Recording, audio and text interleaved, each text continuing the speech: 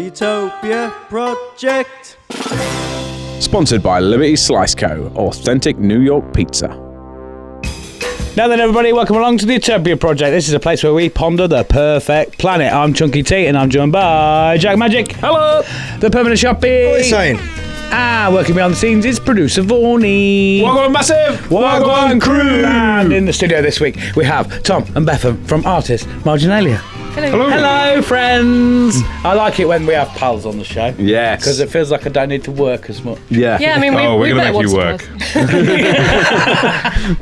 How you doing? All good? Not bad. Busy? Good. Busy Pretty good. bees, aren't we? Always busy. Always busy. Always making things, mostly excuses. But, yeah. I mean, because I've not been in the studio. My fault. You've not been. I was convinced at one point that you didn't work for me anymore. I know, it's when you were like, has Bethan quit? I'm like, no, I swear. I still work here. Just busy doing markets and MCM. Busy? Tell us all about it.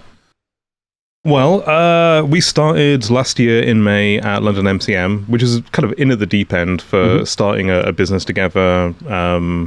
We should probably say what that business is. It's a comic convention we go to. Yes, so London Comic Con, effectively. And that was our first time to run a stall there in Artis Alley, where Bethan's work, I would say primarily, 99% of it, at least back then, and it's lino prints. So either wood or lino, hand-carved into beautiful designs. I can say this because I didn't do them, but beautiful designs in a kind of like medieval-esque witchcraft. There's whimsical stuff, there's like nature, and we've developed that over the last year or so, working together into a number of other products. So we do like stickers and bookmarks and things like that. And the general theme behind everything is that everything is kind of part of a story. So I get to add my writing into there. I've done a bit of design work myself. And we get to go and dress up these like ridiculous stalls and attract crazy people who are there for anime figurines and stuff like that. And what they're looking at is handcrafted paper that's been kind of ink pressed onto it, and we've managed to make a little business for ourselves, haven't we? Tom is the seller, so he's the one who's going to talk about it. It's very hard to talk about your own artwork, so it's great to have someone who can. Tom sits at the stall, does all the talking all day every day, and I can just sit behind it and eat my crisps. I do quite like the idea that you go, right, well, I've made all this artwork. Sell it for me. Yeah. It's pretty much exactly that. You want to buy this, do you? Talk to my PA. A lot of people come and say, like, oh, did you make these? And like, I made a few, but it's my partner who's the artist. And like, well, let her know, they're absolutely incredible. And I'll look down and you'll just have a hood over your head. I'm so overstimulated. Like a cheese string in your head. Just like... Yeah. I did enjoy on TikTok when you, like, you did a video where, like, Tom's busy selling and you're just like... I've hidden behind here and I've made a little table for my cheese board. Oh yeah, that's been today's work at the convention. I think that was actually one of my most popular videos. Was we use these like grid cubes that are technically shoe racks. I think they are. Like basically everyone uses them at these conventions, and you kind of put them together into whatever shapes you got. But a lot of people, there's kind of a standard assortment of them. And I realised that if I put one vertically on the back, I can make like a little plate for myself. So I was like, we went to the shop nearby, went to the little Nissa store, we bought some cheese and meat, and we just like laid out literally charcuterie on a it. secret charcuterie. Yeah. If you ever come and sold it. ever see as an event, there is something weird going on behind the scenes. We won't always own up to it, but we're messing around doing something about that. Not normally at anyone else's expense, just our own. But yeah. I'm really impressed of how big the business has grown. Because especially with knowing you, Bethan, and knowing that week to week you kind of come in and go, I'm doing this now. When you said to me, right, I've got a load of lino, I'm going to do some like printing with lino, and I was like, here we go again. Here's another crazy thing that's going to end up in the shop, or before we know it, we'll be on to crochet or something. I don't know anyone who's like that. No. No. Bethan puts me to shame. Well, that's the thing. It's like, because you're exactly the same. And every week, like, we'll both come in and be like, oh, what have you been doing this weekend? Like, I started doing this. You'll be like, I built this out the back of the house, and I'm writing a screenplay, and I'll be like, oh yeah, same. Also, Courtney's just shaking her head. Yeah, but it's like, I mean, obviously we've spoken about it before, but like, you've really found a niche in what you're doing, because obviously lino printing is quite a traditional sort of technique, and it's not like a new way of doing things, but you've managed to find a way that you can make it modern and bring that niche. Yeah, well, it's nice to do something handcrafted, because I mean, I used to do digital art commissions for like many years, and a lot of D&D characters and different like kind of digital pieces I do, and then AI started to become bigger, and all of my commissions just dove off a cliff. It's definitely been in contrast to what a lot of other people. I think there's always going to be people looking to make a quick buck, and I wouldn't shame that. Like, God knows I've done the same, but because it is getting easier to generate art, to generate writing as well, to generate voice work and things like that, to stand out, you have to make it more original. And so when people see our stuff from a distance, they look at it and they can see actual work has gone into this. Talent, materials, everything adds up into something that stands out and is original. And people like having something that they know is like made by hand. And they're like, there's only one that's exactly like this. Yeah, we've spoke about it before on the show, haven't we? Where like it's kind of come full circle now. It's like how vinyl's popular again, because it's people are going, oh, we can get all this easy, quick stuff, but then everyone ends up with the same shit, and then kind of just. We're increasingly seeing that the cost of the easy access stuff is only ever escalating, and we're paying in ways that isn't monetary. Like, we're paying with our identity, we're paying with the freedoms that we give up for these things. This is sounding really preachy, isn't it? I'm going to double down, it's fine. But we are, I think, becoming... for instance, like I used to value going out and buying a film and owning that film and having all the special features of that film. And now, if I want to watch a film, I'll be like, which of the 4 streaming platforms has something to offer me? And I value the film less because I didn't put any work into finding it. It wasn't like something to get excited about. I didn't go looking for it. It was just there. And so it's like... straight to DVD used to be almost a slur in the film industry in terms of like, it's not worth putting on the cinema. Straight to DVD now is actually like, well, it's worth having a physical copy of. Yeah. It's not just like, we'll put it on Netflix for 3 weeks. So in the art world, in the kind of the writing world, whatever you're doing, if people are actually excited to see it and it stands out because they can see it is done by real people and it's had effort put into it, like... honestly, I think that's the biggest win, is when people infuse over it. We found our audience.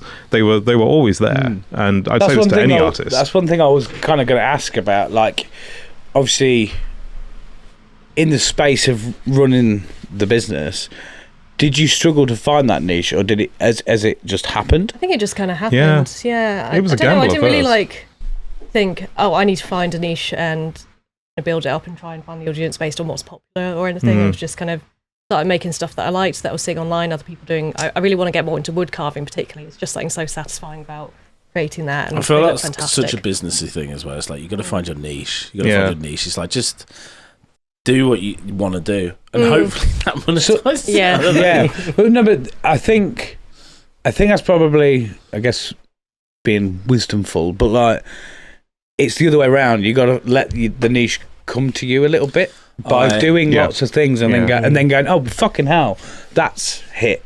Because I've definitely tried other things before that didn't work as well. Yeah. I think especially if your passion, if it's not 100% your passion, and if the driving force is I can do that because it's popular or it will be a niche that I can fill, even if you're only 95% sort of passionate about it, I think the 5% just means... Success can absolutely kill something like that in a weird way, because if you find something that you're good at or something that you enjoy initially, and you think, oh, I can turn this into a business, or I can turn this into, a part-time job sort of thing,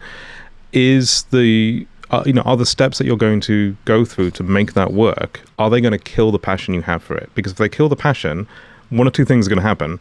Your workload, your creativity is going to diminish, and it's not going to work out. Or perhaps worse, it does work out, and now you're beholden to this thing that you don't like anymore. Yeah. You've ruined something for yourself. I think you've said before, haven't you, Dave, about like people who kind of make it in like the music industry and stuff, and like they sing about like being poor and growing up on counter estates and things like that, and then they make it and they're earning like $3 million a week. Yeah. And they're like, Yeah, like when you're poor and living on a council estate. It don't work now, mate. Stop it. Like, you're rich as fuck. You're covered in gold. The message isn't coming across. Yeah, you've got gold teeth. Like, stop it. And the thing about the Netflix thing as well, like being overwhelmed with like choice and saying like, yeah, it does diminish like the art a little bit. I love that this is giving birth though. I think there's a reason why this happened. Like, there's a lot of YouTubers just making films. Like, Backrooms. There's Obsession. Oh yeah. There's the other one. Iron Lung with Markiplier. Yeah, and those films have been like revered. So I'm loving that. I think you're always going to have this pushback. I think AI is going to do that. I think AI is just everywhere. It's saturated. You're seeing it in logos for local businesses, aren't you? Everywhere. You know it. You can feel it. You can see it. I'll be honest, I see adverts now on like Facebook or Instagram or whatever, and you can immediately tell that it's AI generated. And I am immediately uninterested in that advert. It's got the piss filter on. That orangey tinge. It's just brown. It's a quality marker for me. It's a case of like, oh, that's how much you cared about this thing. Exactly. And also, like, it's the stuff that you don't see. So it's like, if that's how much you cared about, say, the artwork, how much did you care about the written work that goes into it, which can often be harder to identify as AI then? How much did you care about the research that went into it? How much did you care about, the background audience work that went into it, sort of thing? All of those steps, like, if you're basically saying, oh, I'm going to use AI because it will look better than what I can do within my means, or within the budget I have allocated, or all these other things, there's a weird sentiment among those people who use those things. And I'd say, no offense, etc. No, full offense. I'm talking directly to you. That it's like this expectation. It's like the whole Netflix, like, oh, I expect to have access to every film, and I get annoyed when a certain film I want to watch isn't on one of the 4 streaming platforms I have. It's an expectation that I can put out the best quality marketing, or I can put out like the fanciest poster for my event or anything else like that.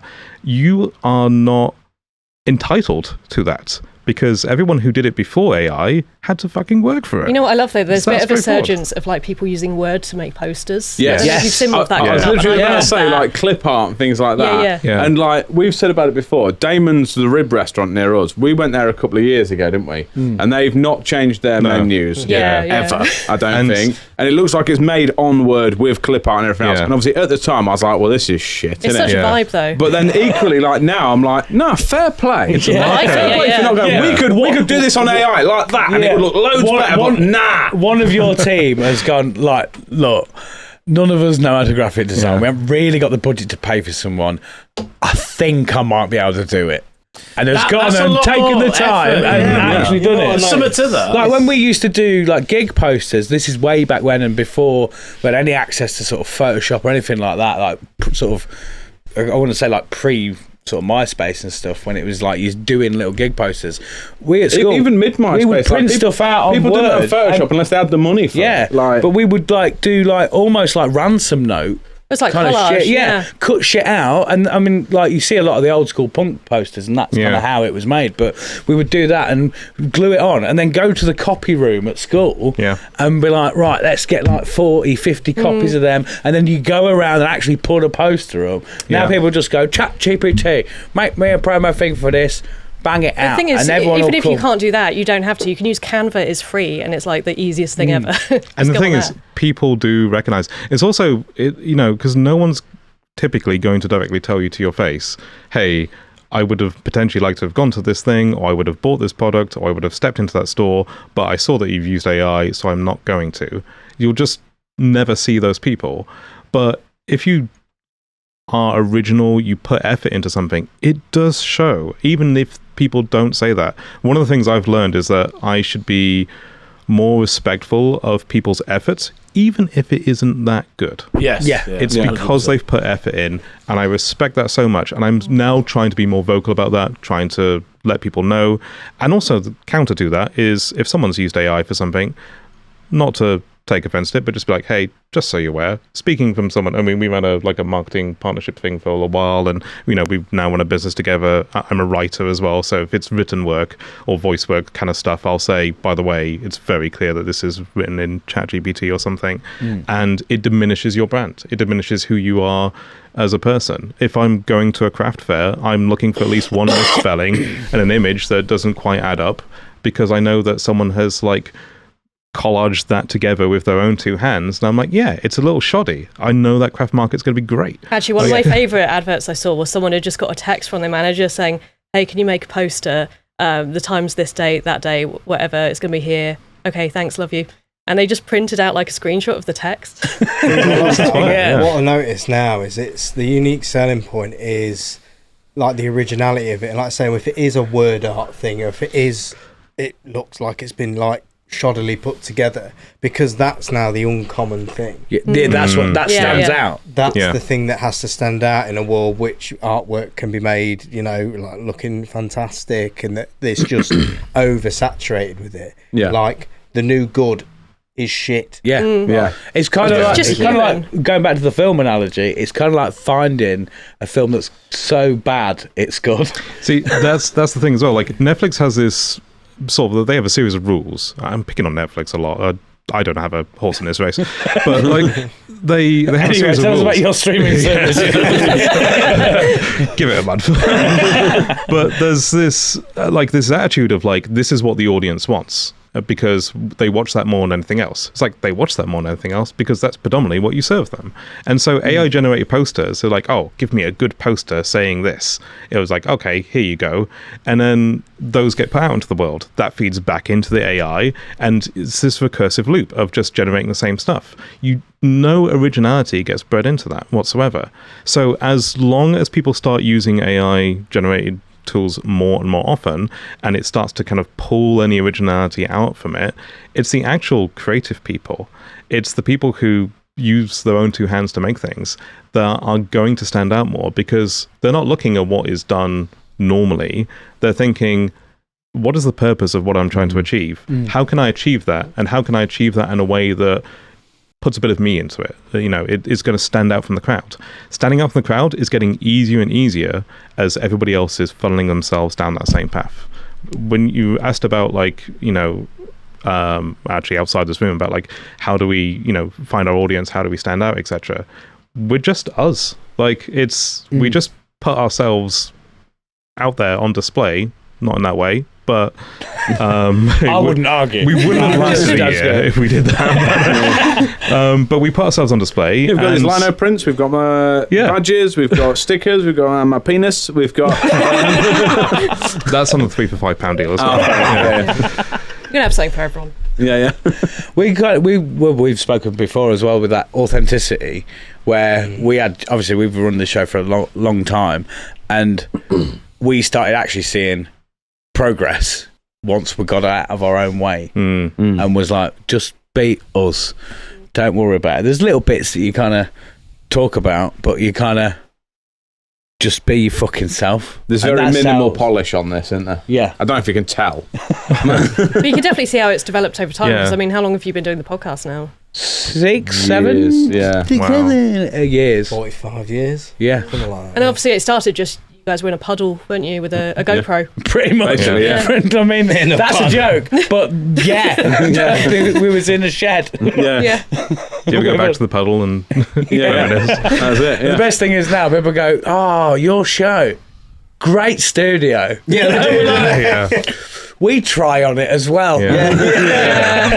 It's funny though, because I don't think you're like buying this.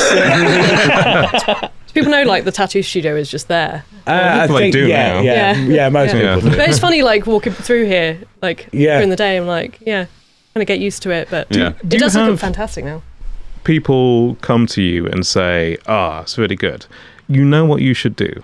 And then they try and kind of like say, oh, you know what's successful? You know what works? And obviously, like, this is you. It's like, I think any podcast of this format is about the people, isn't it?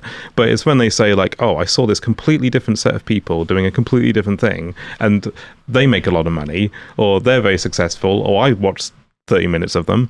You should do that. Yeah, you should do Loose Women. I remember. I'll always remember the story from a conversation between Mr. Beast and Casey Neistat. Do you know Casey Neistat? No, it doesn't. He's an awesome like YouTuber. He does these videos. I'm a big fan of his work, and they're just really creative. They're just like kind of almost sketchbook videos. He's a massive YouTuber. He just films his life around New York, and he's really creative. And he met up with Mr. Beast, and Mr. Beast was like, "Hey, you could get 20 million more views if you just did this thing in your video." And you could tell he just was like, "Why though?" Yeah. He goes, I don't want 20 million more views. And then Mr. Beast is like, comes from a. It's stats, man. Stats, it's pure stats. This Business, is what works. like, he goes, you need a hook, man. You need this. Your intro's like this. He goes, but I don't. He said, he makes enough money to survive on YouTube. He's whatever Casey's like. He was like one of the successful. biggest faces of YouTube. Wasn't He was. He? He's Like, massive. like when it was first on that boom, I think. I still love Casey's videos. His style of editing to me is one of my favourite styles. He's inspired a lot of people. It's very like all I can describe is scrapbook, just like that, just putting it together, you'd have to watch it. But he's just like, he has that conversation like, why? I don't want 20 more million views. I've got enough. But also, fine. What if other people follow that advice? Like, where's the end state of that? Where, because everybody's chasing everything all the time, especially on the internet. Everybody's kind of finding the next big thing. You can't go into like a gift shop and look around and not realize that there's a trend, and that trend will shift. It's the same with food, it's art, it's film, it's all these things. They constantly shift from one thing to the other. You can spend your entire life in, I think, any format, any kind of media, chasing that thing.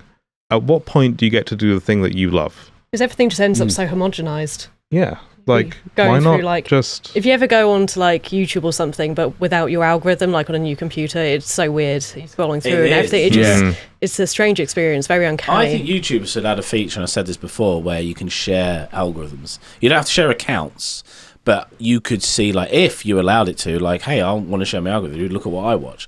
I think that'd be very interesting. I think they've actually just added that on Instagram. Ooh. Like, literally, it's their friends feed. Friends feed? Yeah, I think it's something like that. Because interesting. I saw someone saying about how they'd gone down there and their friends had been liking some very horny content, which was now on their feed. I think they do that. Note to self, I am definitely calling it horny content from now on. Well, what's next? Just some horny content. So a bit spicy. Well, because we've noticed, we've got a friend who... So he kept talking to us or sending us links on the chat to like this flash talk thing, and it was TikTok of people flashing, hidden somewhere within the video will be like a reflection of a nipple or like something like that. And it's horny content. Horny content. And it never used to come up on my phone, and it only ever did come up on my phone for the 2 days following. Me and him were both connected to the same Wi-Fi. Yeah. And I'm like, and then it'll dip off, and I get nothing. And like, we regularly see him once a month. And then the 2 days post that meeting, my phone is flash talk, loads of stuff, and then it slowly dissipates. And then I see him again, and then it all comes back, and I'm like, oh, weird. It's fascinating. Your phone is giving me things. Because, well, if money was no object, pick up a phone, start a new account, fresh email address and everything. Find the worst content possible, and then just like a plague, spread it through every Wi-Fi network, every friend. Yeah, that'd be incredible. Yeah, if I had more time on my hands, that's what I want to spend my life doing. Could it not be a nice thing though? Could you not find some really like uplifting stuff? I think. Why have you automatically gone down like a plague? Yeah, it also depends what you think, like what your subjectiveness of worst content is. You might be like, this is minging, and you got your mate in the corner being like, oh. Only that. Yeah. See, I think, like, so obviously me and you share some random stuff to each other, don't we? Yeah. Just weird videos. Some of them's funny, some of them's just weird, some of them makes no sense. And I'm convinced now, even the algorithm is like, I don't know what you want. Do you think what about that? Maybe? Yeah. Oh, he sent that one. Right, okay. Oh no, show me a dog. Right, yeah, dog. Oh, you like the dog. All right, okay. Here's a man with hammers. I like that as well. Okay. I don't know what else to give you. You think Instagram's testing you? Yeah. I think it listens to you though. I do think it hears you because I've been trying this. So sometimes when like we're watching TikTok together and I'll be like, not very good. So I'll close the app and I'll be like, show us funny dogs. Be like, maybe this will work, and sometimes it does. So I think there's something to it. You have a special thing you do where you'll kind of like bring it close and say, "Show us funny dogs," and then you shake it like 3 times in one direction and 3 times in the other direction. A dog falls. Yeah, it's probably OCD. Dog falls down. Fuck, we got puppy. It's happened again. I did it with giraffes this time, Tom. What do you want to do with money? It sees you as well, like those little dots. It will scan where your eyes are and where you're looking on the screen. It takes all that data. No, everything, innit? Yeah, where your like finger is on the hotspots screen. of where your eyes are looking and stuff like The that. internet was a mistake. Like that. Yeah, Let's be honest. I noticed it recently. So a lad at work came through to me, and he's very much a technophobe. I don't think he really has algorithms as such, but he came through and he goes, "You seen this lot? Brewdog's doing 100 beers for 100 quid. Lot, that's a good deal, that isn't it? I might get one." I was like, "All right, cool." I didn't even have my phone in my hand. I was just stood near him, and then I went back in the office, and 2 minutes later, I scrolled on Instagram, and that advert came up, and I was like, "That's weird." That is, you are right with that, like Wi-Fi thing, and when like phones are near each other and stuff, they do sort of. They do sort of transfer the business and all that. Yeah, kind of stuff. but to what end as well? Like, if someone near you saw a thing, why would it benefit someone else that was nearby also then seeing that thing? Because either that thing was shareable and they said, "Oh, take a look at this," in which case they've already seen it, or it wasn't, in which case it fell flat. It's also heard you talking about it. Yeah, I think the big thing, probably more true, so for like partners. So I get a lot of the stuff. My missus will go like, "I've seen this," or whatever, or we'll be talking about something.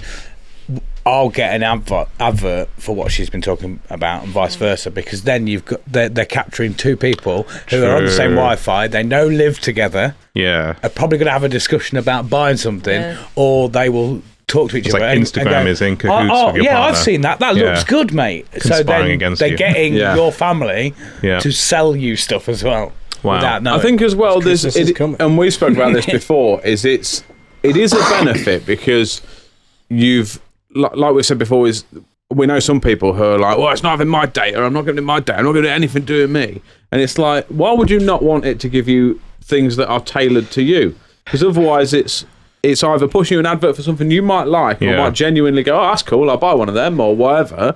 Or I like that video. The trouble is capitalism. But then equally, it always comes down to otherwise it's going to be offering you nothing that's of interest. This is the thing, because I also believe that I'm like, you know what, I want it to show me things that I want to buy, but also because I'm very impulsive about that, I don't own an house. So what I do own is like shit. Equally, there is that line though, isn't there? Of like, then it becomes capitalism. It's them trying to squeeze as much as they can out of you.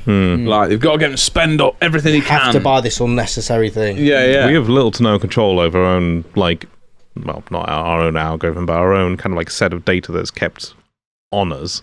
Effectively, half the companies don't have any control of it. Those data points, they say like, "Oh, there's not like a manila envelope with all of the details that we have collected on you stashed in the filing cabinet somewhere." It's like, I understand that, but if you never own a device, if you never willingly put yourself on the internet, there is absolutely data on you because it's generated by everyone else, everything else around you. Because they can go, "You're a 35-year-old man who lives in this area, you've had this job," they can target you and know from all the stats what you're highly likely to be on. This is why I lie on every form.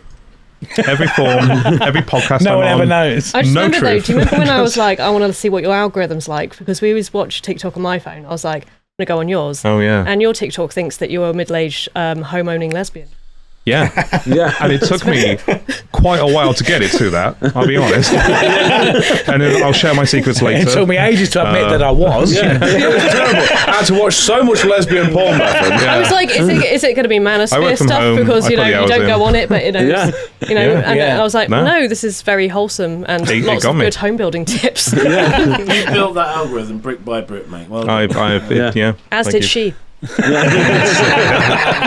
Utopia Project. Now then, everybody, it's time to tell you about our sponsor, Liberty Slice Co. Here at the Utopia Project, we absolutely adore pizza, and Liberty Slice Co. are the best in the game. They're exactly what they say on the tin. They're authentic New York pizza, so you can get yourself either a big slice, a single slice, or a big 20-inch pizza pie. They do a grandma slice, which is an upside down pizza with their special signature sauce on the top, their cheese blend in the middle, and it's a big old slab of cheese, and it's gorgeous. They've even started now doing desserts, American authentic desserts. Go grab yourself one. You can get yourself 15% off for collection through their website with the code Utopia15. So what are you waiting for? Go and check it out. Go get yourself some delicious pizza from Liberty Slice Co. Authentic New York pizza. Utopia Project. Shall we get on with some planet building? Yes. Are you ready for it? You're both going head to head, and as far as I'm aware, you don't know each other's planets either. No, I we know don't. vaguely what you're doing, but You have a rough probably does idea. something entirely different. I don't know until it comes out of my mouth. I'll be honest. So for Planet Are you Wars, full raw dog in it? You know, I genuinely considered that. That's brave. I No, thought I can see that's that. not It's like- that's not that's not I've you made either. notes. I've made Oh, notes. right. It's not. Yeah. No, I'm very much the planner, but I also love improv. It was a difficult choice, Right. but I decided to do it last time. Call it Plan Prov. Yeah. It's new So for Planet Wars, obviously we go through all the criteria to build the planets, and we kind of award each of you as a winner, and then by the end of it, we come up with basically a mashed up planet Right. of all the different bits that have kind of been accepted That's to gonna make be this difficult. one planet. First thing on the list is your planet's name. Who would like to go first? Mine's called Earth, and the concept is it's basically like a better Earth. It's like Earth 2. So the second one is going to be better. Okay. Tworth. Worth. I quite like that. Go I'm in. going to be honest. All I can think of is Yorkshire. Going to Earth. Yeah. You're already there now. No, I'm going to Earth. It definitely rolls off the tongue. Yeah. What we is probably will get answered in the questions, but it's the questions on my lips of like better in what's the primary way you think this is going to be better. Right, so kind of concept. Okay, imagine this. I'm going to have to get my notes because I can't remember. What did I write? Oh, yeah. So do you know what a technocracy is? Yeah. No. So it's, No. No, he's a fucking liar.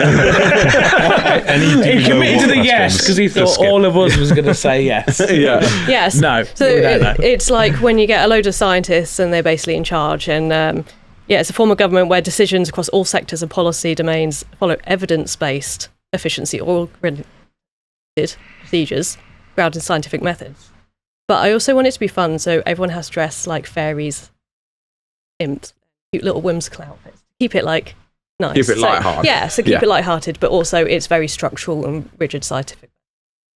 So they're the ones in charge. Cool. It sounds like They're running the better Earth. you know when you get like a traditional house, but it's modern on the inside. I'm a fan of that. Oh, yeah. Yeah, I like Fun that. Yeah, Yeah. I know what you're saying. So Yeah. you're like, oh look, it's a castle, and you go inside, and you're like, they got Oh no, iPads. it's modern. It's not cold and scary. Yeah, I've just got this image in my head of all the scientists and they're sat round in their boardroom meeting and they've got these little like acorn hats on. They're like, welcome to Tworth. I would love somebody to get fired in that while they're wearing these acorn hats. But like, I'm sorry, unfortunately, you know, it's Reginald, you're shit at your job, Yeah. and you've got to go. yeah, you're being Take off your goddamn jangly hat and put it on. I did your acorn hat and gun. Your hat and your boots on the table. Take your bells and whimsy and march on out of here. Yeah. Puts the gun down. Imagine just leaving and with the hat, and the person's just like, and that. Damn it! So do we Well, sign people up have for a lot job? of bells and whistles, don't they? So leave your bells and whistles at the door. Oh, toot toot. You kind of like the idea of putting bells on politicians, though, so you can Yeah. hear them coming. That'd be good. So Yeah. you know who to Yeah. punch. Yeah, you know who you're aiming for. Yeah. Then even blind people get a go. That's inclusivity at its finest, isn't it? Opportunities. Yeah. Even the blind can beat up our politicians. Yeah. Tom. Planet name, Yeah. U plus what F9EC. Who? Whoa. Yeah, Tworth. Tworth might win, I think. Yeah, I'm starting to realise now that What is it? So talk us through that. U plus 1 F9EC. U plus 1 F9 EC. Yeah, I put a lot of thought into this. You or Okay, so Are why you are we going regretting with that now? why are we going with Tworth? Yeah, is it you the letter, or is it me? As in Oh, the I'm letter. over here? the letter. Yeah. The letter, yes. Yeah. It's not me.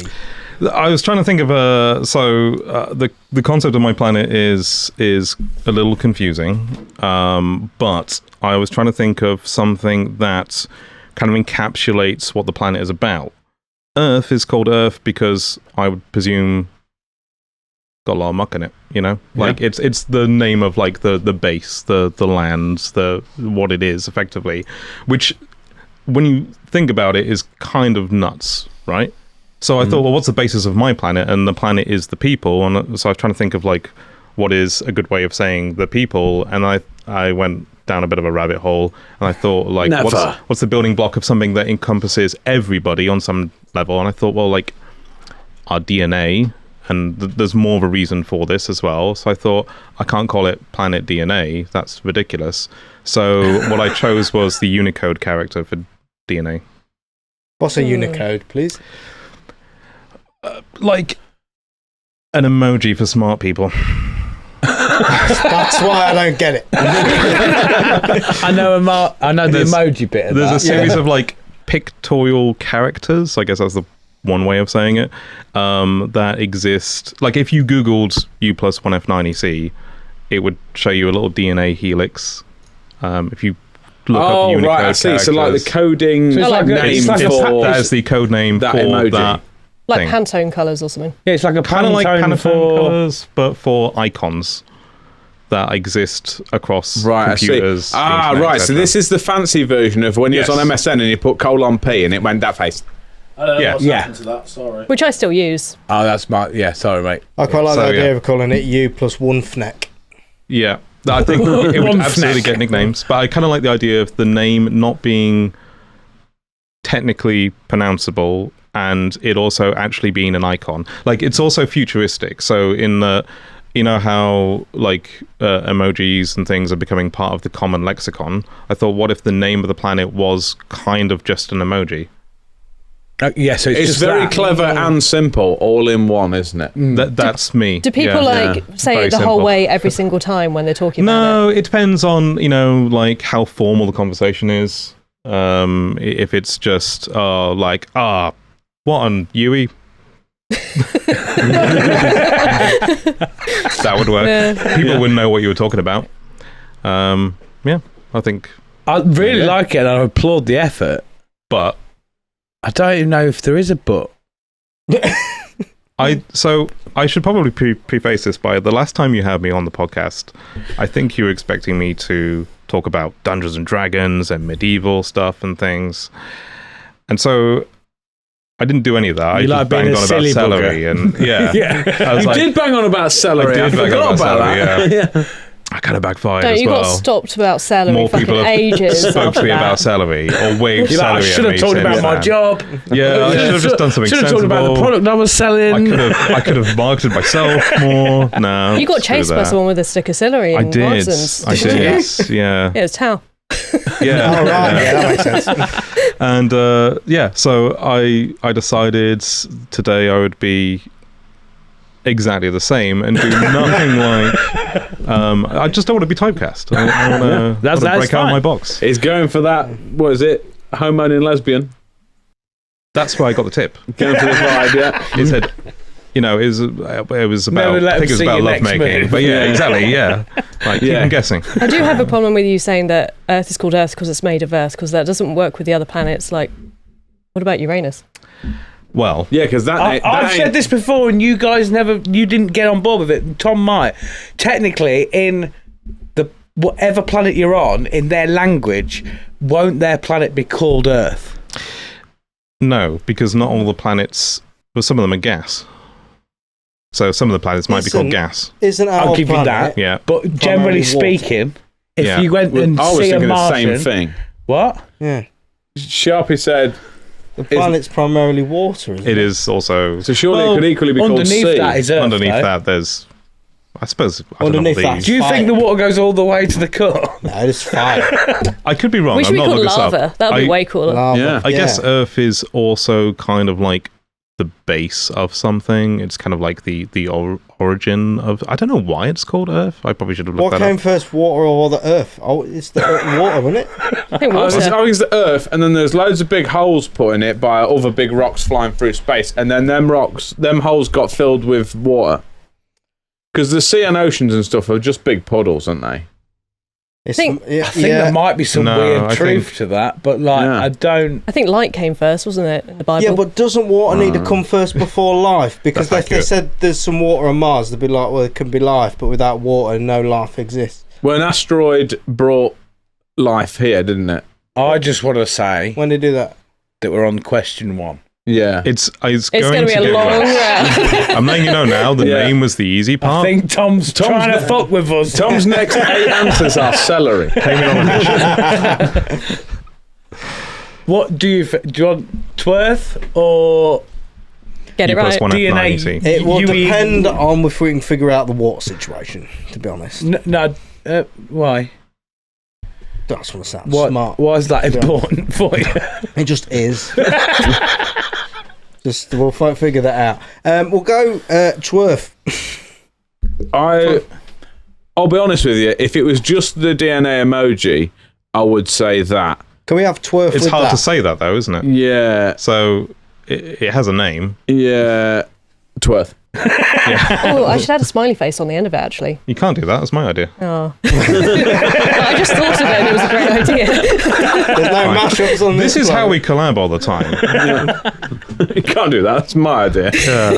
No, I'm thinking of spag bol for tea. Well, you can't have that. That's my idea. Put a smiley face on it. Yeah. You can have a double helix. That's 1 point to Bethan.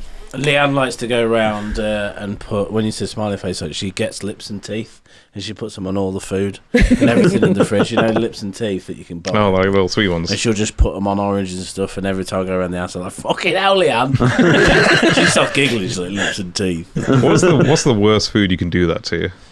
She did it on spag bowl once, so I thought it was quite disgusting. It must look like the fly spaghetti monster. Yeah. Yeah, it looked weird. I did eat it. And I mashed it in my mouth with the spag bowl, just to lips and teeth. Was that more like I'm not like going to let it control me? Like I'm not gonna like take it apart and put it to one side. Like Yeah. if I eat it, I can't be afraid of it. Yeah. Yeah. Yeah. I get that. Thing, It'd be worse if it had eyes Yeah. looking at you as you're eating it. Oh, God. It just makes Yeah. me think of them. Is it Fugglers, the bear? Is it? They're called Fugglers. Oh, they're horrible, those.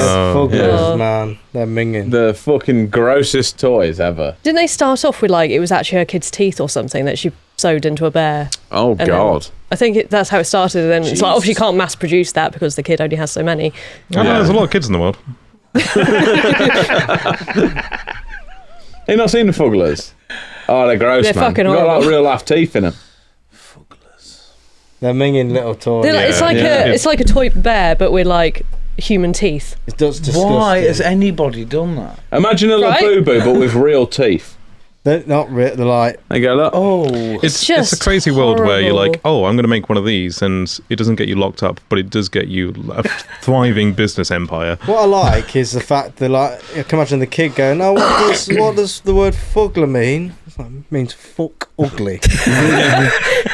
Yeah, because they are actually kids' That's in toys as shops. well. Yeah. Actually, and recently when I went back down south, my mum was like, "Oh, I've been going through some of your stuff. I've got your old like a box of teeth that I've kept if you want them." And I'm like, "No, why would I No. want those?" Yeah. I got rid of them. Like you chose to keep those. Yeah. I mean, I guess I could make one of those though. So. They're just going to go to a charity shop if you don't take them. I would buy if I came across that in a charity shop. I'd be like, I've got to buy You're so this cursed. box of teeth because Yeah. the fact that I found a box of the strangest teeth. Yeah. What would your flag or emblem look like then?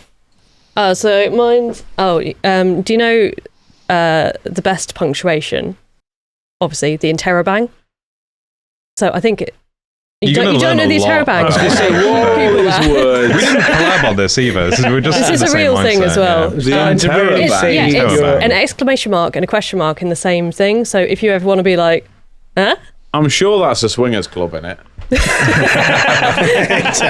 Yeah, so basically one of those, but with like a load of sparkles around it. And I Like think, you're confused, but you're excited about it. yeah.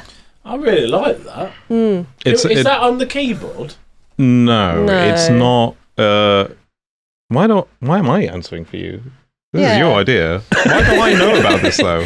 Yeah, because it's the most fun of the punctuation. This is going to seem marks. weird. I was literally reading about this about 3 weeks ago, which I'm now realizing is probably around the same time that you were thinking about I it. told you recently, everyone's been reading my mind lately. Yeah. It's literally a thing. You did shouted, it. you shouted at me the other day because I read. What did I say? I said I something. can't You was remember like, you said- I was thinking about that, and I was like, whoa.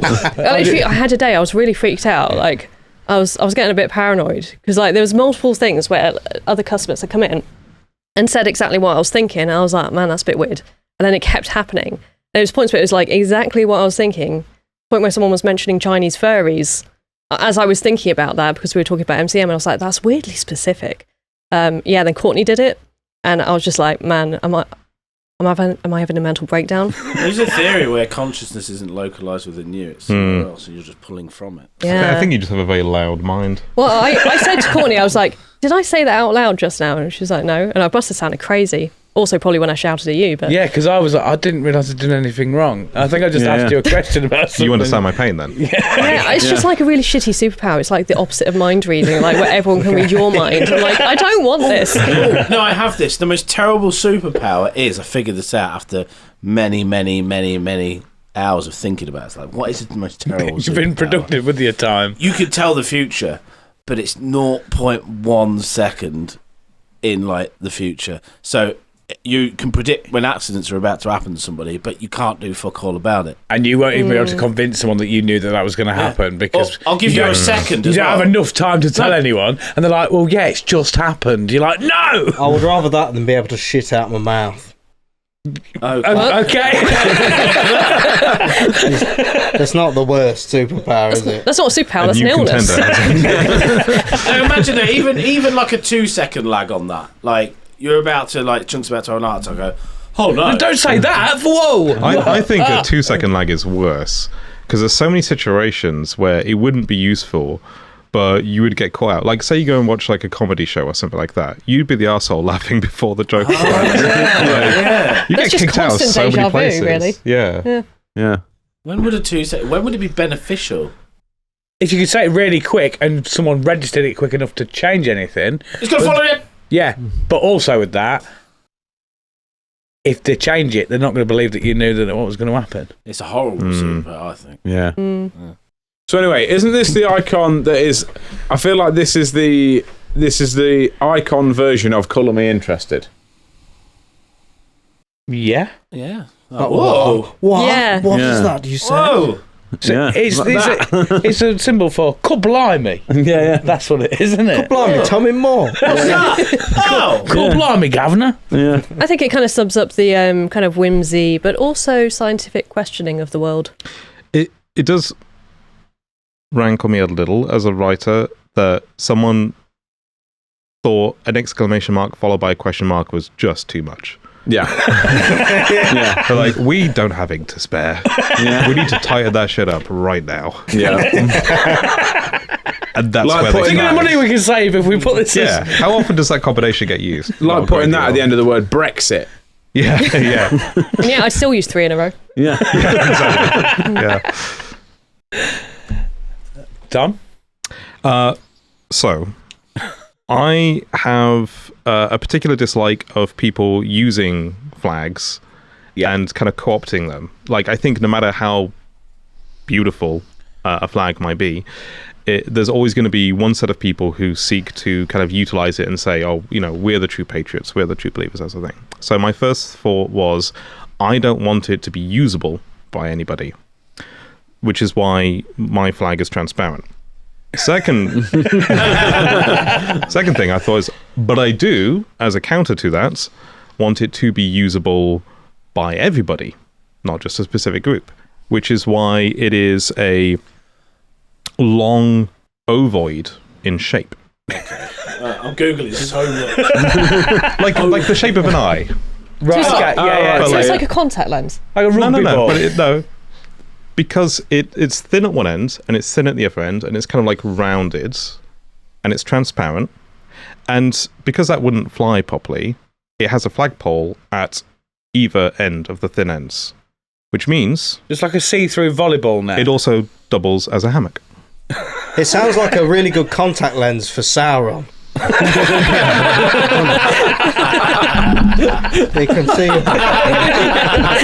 How bloody I suppose it could be that. That's good. Is that correct? It's, Sauron's contact lens? I guess, or like a transparent hammock, or it's kind of hard to imagine. That's kind of what I'm going for with this. Should have gone to Mordor. No one's plastering this thing on their like products. No one's kind of like sticking on the back of pickup trucks or anything else like that. Yeah. No one's like decorating their entire outfit in it and shooting off fireworks into the air about it, that sort of thing. But if you see one outside like a government building or something like that, and you fancy a bit of a nap, by all means. I like that because it does stop. It stops. The flag shaggers. Yeah. Yeah. Flag shaggers can't do it. Where do people put their flags? In their gardens. Perfect place for a hammock. Where do people like this string them up between lampposts? Brilliant. Yeah. Just But somewhere it to is a bit high sometimes. Flags can be up high. That's true. Just True. Yeah, the birds might get caught in it. Have you thought about that? Yeah, because You're it's effectively putting transparent. up a big transparent net. True.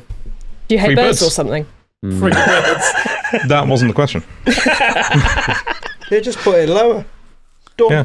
And then you could catch people too. Yeah. Yeah. You catch me laying in it. You've got a hammock, haven't you? Yeah. Got it from Lidl. I Yeah. bought that one out of breakdown. Yeah. Anyway. Did that solve it? I'm still here, innit? Oh, great. Somewhat. That's a good advertisement for Lidl. Yeah. Yeah. What are you thinking then, Pumped when I see boys? this.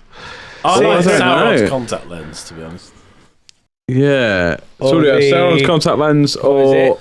Sorry, just Listen. remind us. Terabang. Oh, Terabang. I like the Terabang, I think. Just saying, one of them is actually a flag. Yeah. Lowbank if- sounds if- like a punk rock dinosaur, doesn't it? Yeah. Interrobang is pretty cool. If we're restricting ourselves to things that are actually things, I'm going to have a bad time. No. Do whatever you want. I quite like Sauron's contact lens. I'm not going to lie. Yeah. Extra marks for the Interrobang because I like that, and I like the fact that it's something we've gone. And I weirdly reacted to the Interrobang with a Terrible. real life Interrobang. Yeah, what? But that's really outside the box, and it, apart from the birds, which do need to be overcome, really, I feel is a good. I am all outside the box today. There was only one thing inside the box. You'll find out what that is later. Or maybe you won't. I don't know. Stay tuned. You've got to be careful because birds are a bit stupid. I had to rescue a bird from under my decking last night. So they can get stuck anywhere. So if you put a big net in the sky, it will probably be full of If it helps, none of the birds on my planet fly. So it's not really Oh, an there you issue. go. Oh, okay, Okay. that would fix it. Yeah. Yeah. Oh, yeah. Okay. I was going to go down and do we have a anti-bird flag system that makes it move out the way, and or they're Who's So just getting, equipped with a another chip that can coloured in pass. flag. Yeah. that who's getting the rewards them point, all. Chunk? I'm going to say Tom on the Sauron's contact lens. Yeah. Your planet's national anthem, then. So you get 2 for this. There's options for getting 2 points. You've got your normal national anthem, and then either a battle cry / B-side if you want it. Okay. I forgot about that. Yeah. 3 points for me. What you go for? Feliz Navidad, just because I like it, and I think it's the best Christmas song, It is. like for sure. And yeah, I just think that'd be really fun. Can you imagine everyone in the world holding hands, singing Feliz Navidad, which is obviously what you do when you sing national Wow. anthems. I like that as well because it doesn't feel like a Christmas song. So, and with it being Spanish and us being English, you kind of just go, oh, well, it doesn't matter what time of year it is. Yeah, it's fun. It's fun to Yeah. sing. Okay, maybe for a battle cry like Feliz Navidad, but it's in a minor key. Ooh. I like that. I don't know how that would sound, but yeah, I feel like that could work. What about Feliz Navidad slowed and reverb? Ooh, yeah, I need to dramatic. hear that now. I bet that's it's on It YouTube. is. Yeah. You've already found it. Now, if there's a song that exists, it's been slowed and reverbed on YouTube. True. That's strong. All I can think Yeah, of with that I'm is gonna the go with that. Scouse version of the Police Nabbed My Dad. Yeah. That's it. So I'm not sure. Sorry, I've just noticed this is loose. Thanks for letting us know. Could have done No that problem. quietly and in your own time. No Yeah. problem. No, I just thought I'd let you know. Okay, mate. Yeah. So you're going for Feliz Navidad for both. Yes, So because standard for the national anthem, slowed and reverbed, yeah, angsty Yeah. for battle cry. I do like the idea that you could shift from one to the other should war break out. yeah. And Mid-song. I think if Halfway people through the are World Cup. Yeah. filling a stadium, you can imagine everyone singing that. But then suddenly it gets dramatic because the aliens have landed. And they're like, oh, Yeah. No Change of the tune. one on the planet has run away from it. Oh, No. we've But got to finish the all song. change. they take it seriously on this one. Yeah. Yeah, I like that. Feliz Navidad. Feliz Navidad. Really strong for me, because I really do like that song. Tom? So, What weird shit you gone for? I should probably preface this that there's something different about my planet that has not been mentioned yet. Yes. Sauron's other contact lens. I think It's all right. in this like out of the box journey that I went on, that wouldn't it be cool if the planet was not a sphere? So Flat Earther. What did you call it? An opioid? No, what was the... No, that's heroin. That's heroin. yeah. Well, So Colour me interested. my concept for this planet is that it is something that we have built ourselves. Rather than go kind of medieval fantasy, I went science fiction. A bit like Minecraft. No. I mean, like, so if anyone's aware of like Ringworld, for example, it's the idea of a ring-shaped planet that goes around a sun, effectively. Huge, like magnitudes larger than Earth is in terms of like land mass and such. Mine would be a little closer to. There's a for sci-fi geeks out there. There's another similar thing called Heaven's River. Mine is a little similar to that. It is a toroidal double helix, hence the DNA. But you're feeling pretty sorry you didn't give me that point. But basically, imagine like a strand of DNA twisting over itself with connections that run between it, that runs in a large kind of ribbon around the sun. Yeah. It then also not only is spinning around the sun, but it is also kind of rotating. Not that there's no reference points other than maybe other planets to determine that this is the case. And it's kind of like flipping over and kind of rotating and flipping and such. Mobius strip, is that what? Sort of similar to a Mobius strip. And because it's like there's a right side and a wrong side to these various strips that twist around from one another, it means you could just go to any part of the planet where the day-night cycle will be completely different. There'll be some sections that will see daylight pretty much all year round. There are some that will be like mostly nighttime. You can move between them, and that between these ribbons, between these things, each section of it is built differently to encompass a desire of the people that built this place. It's kind of like Westworld. Oh, so there'll be like a sexy town. Yeah. Yes. I mean, any town is That's a where sexy all the town if horny you go into the content's right made, attitude. isn't it? Yeah. But yeah, absolutely. Like if you wanted to like live your life out in the kind of this peaceful like Nevada, you can absolutely do that. If you wanted to go to like the cyberpunk futuristic mega city sort of district, you can absolutely do that as well. It's like almost like the backdrop of every kind of sort of story setting you have in this place, and you can live in one place, work in another, travel between them, and so What's your song, Tom? my song is Here Comes the Sun by the Beatles, but it's just the lyrics Here Comes the Sun, do do do do, just that section repeated for about 6 minutes. But it awkwardly ends with Here Comes the, and then just cuts. I quite like the idea that in the part of the world where there is no, like, it's mainly nighttime, you don't even have them lyrics. It's the same song, but it's sung in like a somber tone. So I thought that would be apt, and 6 minutes of that would be interesting. That's been my head recently, just 6 minutes that over and over. Most of what I've done is I've just stolen it from Bethan's head, reworked it a little bit, made it better. Because I don't know the rest of the lyrics. Here comes You the don't? sun, do-do-do-do. Like, what comes next? Here comes No one the knows. sun. And I said, it's alright. Dun, dun, dun, dun, dun, dun, dun, dun, dun. That bit. That's Yeah. all. Yeah, It's a good it's just bit. been that and We got towards rid the of it, tank engine Yeah. go around there There recently. it goes again. Do-do-do-do. And round again. Do-do-do-do. Me and my friend made an album, and it's called the Blue Balls album, and we'd just take songs and we'd get them to the point where you Like the drop. Yeah. like we did. What's that song? Fucking oh Lord, I can't change. Freebird. But we got to yeah. Freebird, we got all the way to the part, and just went and we kept that for 7 minutes, and the song would just end.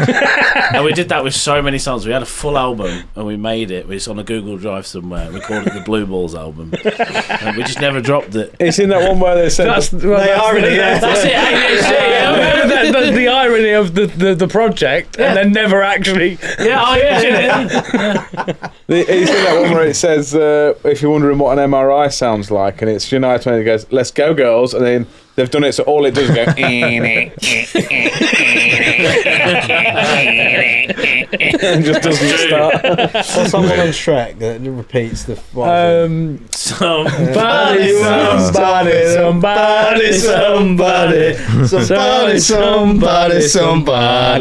That is exactly my sense of humour, though, is just watching those and cracking up. But then, when someone doesn't find those funny and you're explaining why it's so good, and they just keep saying the same word. Yeah, explanations traditionally help. That's why I find the funniest when they don't find it funny. And then I go, right, don't do that, because now I'm finding this even funnier. That you're annoyed. I think they need to see Elton John after the show. Elton John's, Elton John's they do. explained on YouTube. I enjoy as well. We've had yearly thing of hanging up your stocking on the wall. The whole song, it's on YouTube. Search that. It's just the words, "Are you hanging up your stocking on the wall?" The whole thing. It all to the right tune. Does it get increasingly more aggressive? Yeah, and That's even great. at the end, where he goes, "It's Christmas." Instead, he goes, "Are you hanging up your stocking?" And then that's it. And then obviously "Oh Faithful," there's Wonderwall, isn't it? Yeah, said maybe. Said maybe, gonna be the one. Said maybe, Gonna be the one. Said maybe. What about the Nickelback one? Where it's just, "Look at this graph." Look at this graph. I like how that goes out of key as well. It's like, "Look at this graph." Enjoy that. So I have a B-side and a war song as well. Go for it. B-side is "Blinded by the Light" by Manfred Mann's Earth Band. And I just wanted something from home, like a little bit of us, to put in there. Right. And they're the only people brave enough to say that they were the band of Earth, so figured they should be on there. My war song is... it changes. It gets adapted. So it's 30 seconds of the recorded death screams of prior opponents that gets added to each time. It's called "This Track is Incomplete. You can help by expanding it."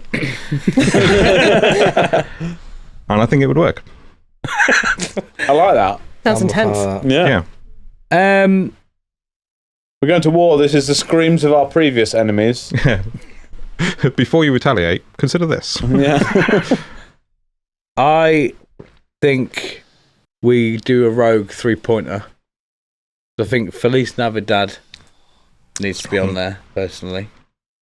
Matched in with that. I do like that war cry. I think that's clever. So Beth gets one. And I think Tom gets 2. I think "Here Comes the Sun." Yeah. Do that. Because I would like to adopt in this that the planet is how you say it is in the shape and all that, because I quite like that science bit. Yeah, good luck to the editor trying to picture that. Yeah, if we had like a CGI person that had to create these.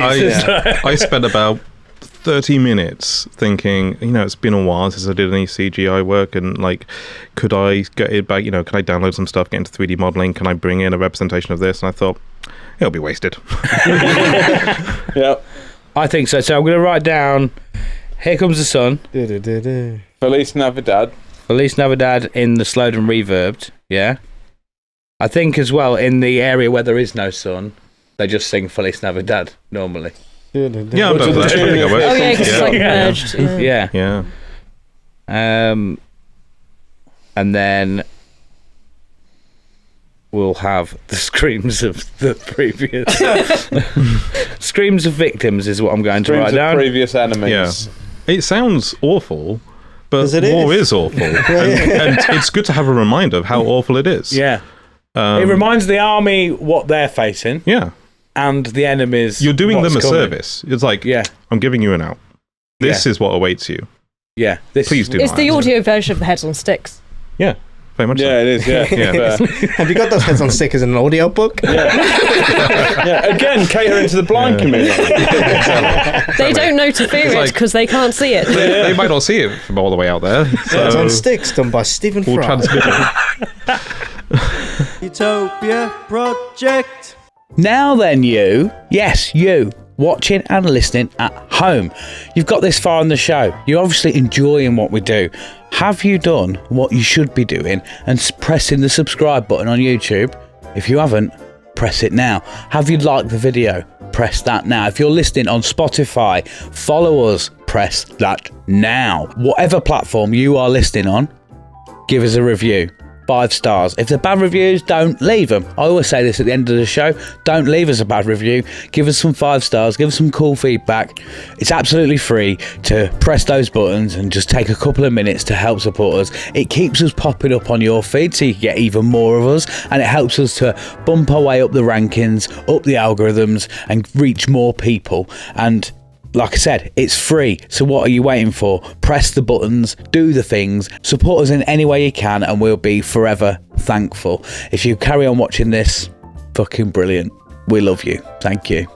Utopia Project. So your planet's national dish and drink, then this is also a potential 3-pointer. Oh. You got a main/starter, your actual food, and then you've got a soft drink and an alcoholic drink. Okay, so I've gone for a charcuterie board because I think... Wait, were you on the food question? Yeah. Yeah. I confused myself. Okay, yeah, so a charcuterie board because it's very social and it's like a good way to get people together. And also, I think it's the best way to just eat food is little bits of cheese and meat. I think particularly if you did it in the form of like a grazing table. Do you remember when that was really popular? Love like a grazing. 5 years ago, yeah. Big fan of snacks, so a meal of snacks is great. It's the perfect thing, you know, a little bit of olives, a little bit of dip. I just Something think else COVID everyone ruined. would be happier. What, olives and dip, or? Grazing. Ah, fair enough. Yeah. I thought you meant just COVID ruined the olives. They were great. just I pre-COVID. mean, you didn't have to share it. Yeah. I don't know why people don't That's do true. that. Like, have a charcuterie board, but it's your whole dining table, and you just fuck about meat and cheese on it. Like, why do you need plates when you can just have a go on all the... Because you wouldn't leave the table. You've already got the table. You'd just be stood at the table the whole time. That's what I would sit down. But where would you stand to eat it? I would put some on a plate and then take it to wherever I'm sitting. Okay. Yeah, but I was sitting at the table. I have visions of you like leaning out your bathroom with a grabber.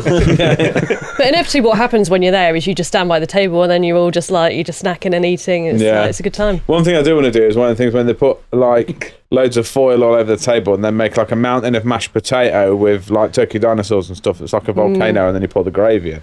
I feel like that would be good. I do want to do that. Your prehistoric dinner, but I feel like as soon as that mash goes What's cold, the foil for? What's the just to protect the table. You don't have gravy on your table. You make that's barriers, a foil barrier for the gravy. I'm just going to do it straight on the table and see how mad Amy gets. Because you put little broccolis down to be trees. Yeah. It wasn't gravy, but I can assure you, speaking from experience, they're never happy about it. What? Oh yeah, I did the honey. Oh sauce, yeah, you did didn't the jam and honey thing, didn't you? Yeah, it's so shouting. I think Liam would love that. You know, I might do that. Yeah. Yeah. Film it. What are you Film doing? it. Film it. Film it. Yeah. Film it. Should get out from our day's work. What have you been doing today? Gravy table, Leo. But then the Jurassic lips Park and the theme plays dinosaurs. and you're like, yeah. Actually, get the it. music. I was like, I'm not sure about this, but if the music was You added, have to play the music at the same I'm time. in. I'm back in. Yeah. Yeah. Especially if there's like a real diorama to it. There's like a bit of storytelling going in there. Yeah. No, I'm fully in now. Actually, yeah. You sold me on that. What about like edible pieces for your D&D campaigns? It's a lot of people have played with like jelly babies and things like that. No, you did do that once. Do you remember? You made I did, didn't we I? had the chocolate gemstones that were part of the this is game. genius. But if anyone's listening, steal this idea. Yeah, we made little chocolate, like emerald coloured chocolate. Oh, that was things, it. It was a didn't we? D&D game that was inspired by the Crystal Maze. So obviously, like, if you finish each of the rooms, Yeah. you get like a gem thing. But it was and then- made of chocolate. Yeah, so obviously people started eating them during, and then it turned out you needed them at the end. They to were kill them. tokens that could be Kill the utilised to But make you your didn't life tell them easier. that. No, of course not.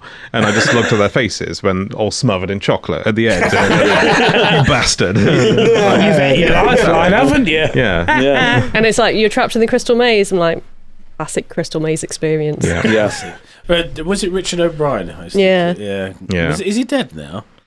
No, I think he's all right. Is he It's all right. I used to I don't love that think show. so. So good. I always wanted to go on the Crystal Maze. I did, yeah. It's terrifying. Like one, he looked like a bit of an alien, but like two, like I genuinely thought it was like. I'm with you. you're staying there. Yeah, and then when they go, do you want to use one of your crystals to get your friends out? And they go, no. I'm like, you bastards. Yeah. You fucking traitors. You've left your friend to rot in that cave. Look at Crystal. Yeah. All for some gems. You're a fucking There were scumbag. definitely some friendship groups that went in there with that one person who was a liability, and they'd all discussed behind their backs, like, we get rid of him quickly, right? And we just abandon him there. And then we move on, and we're like, we'll give him a share at the end. You know, we're not heartless, but the sooner we He get goes rid for of the him, first better. task and we don't save him. Yeah. Don't you dare. Yeah, you got this, Mikey. Go for it, Mikey. Yeah. Anyway, he's dead to us now. Good times. Guys, they just leave. They do this every year. Whilst they were there in the money room, like, I think my blood sugar's low. Do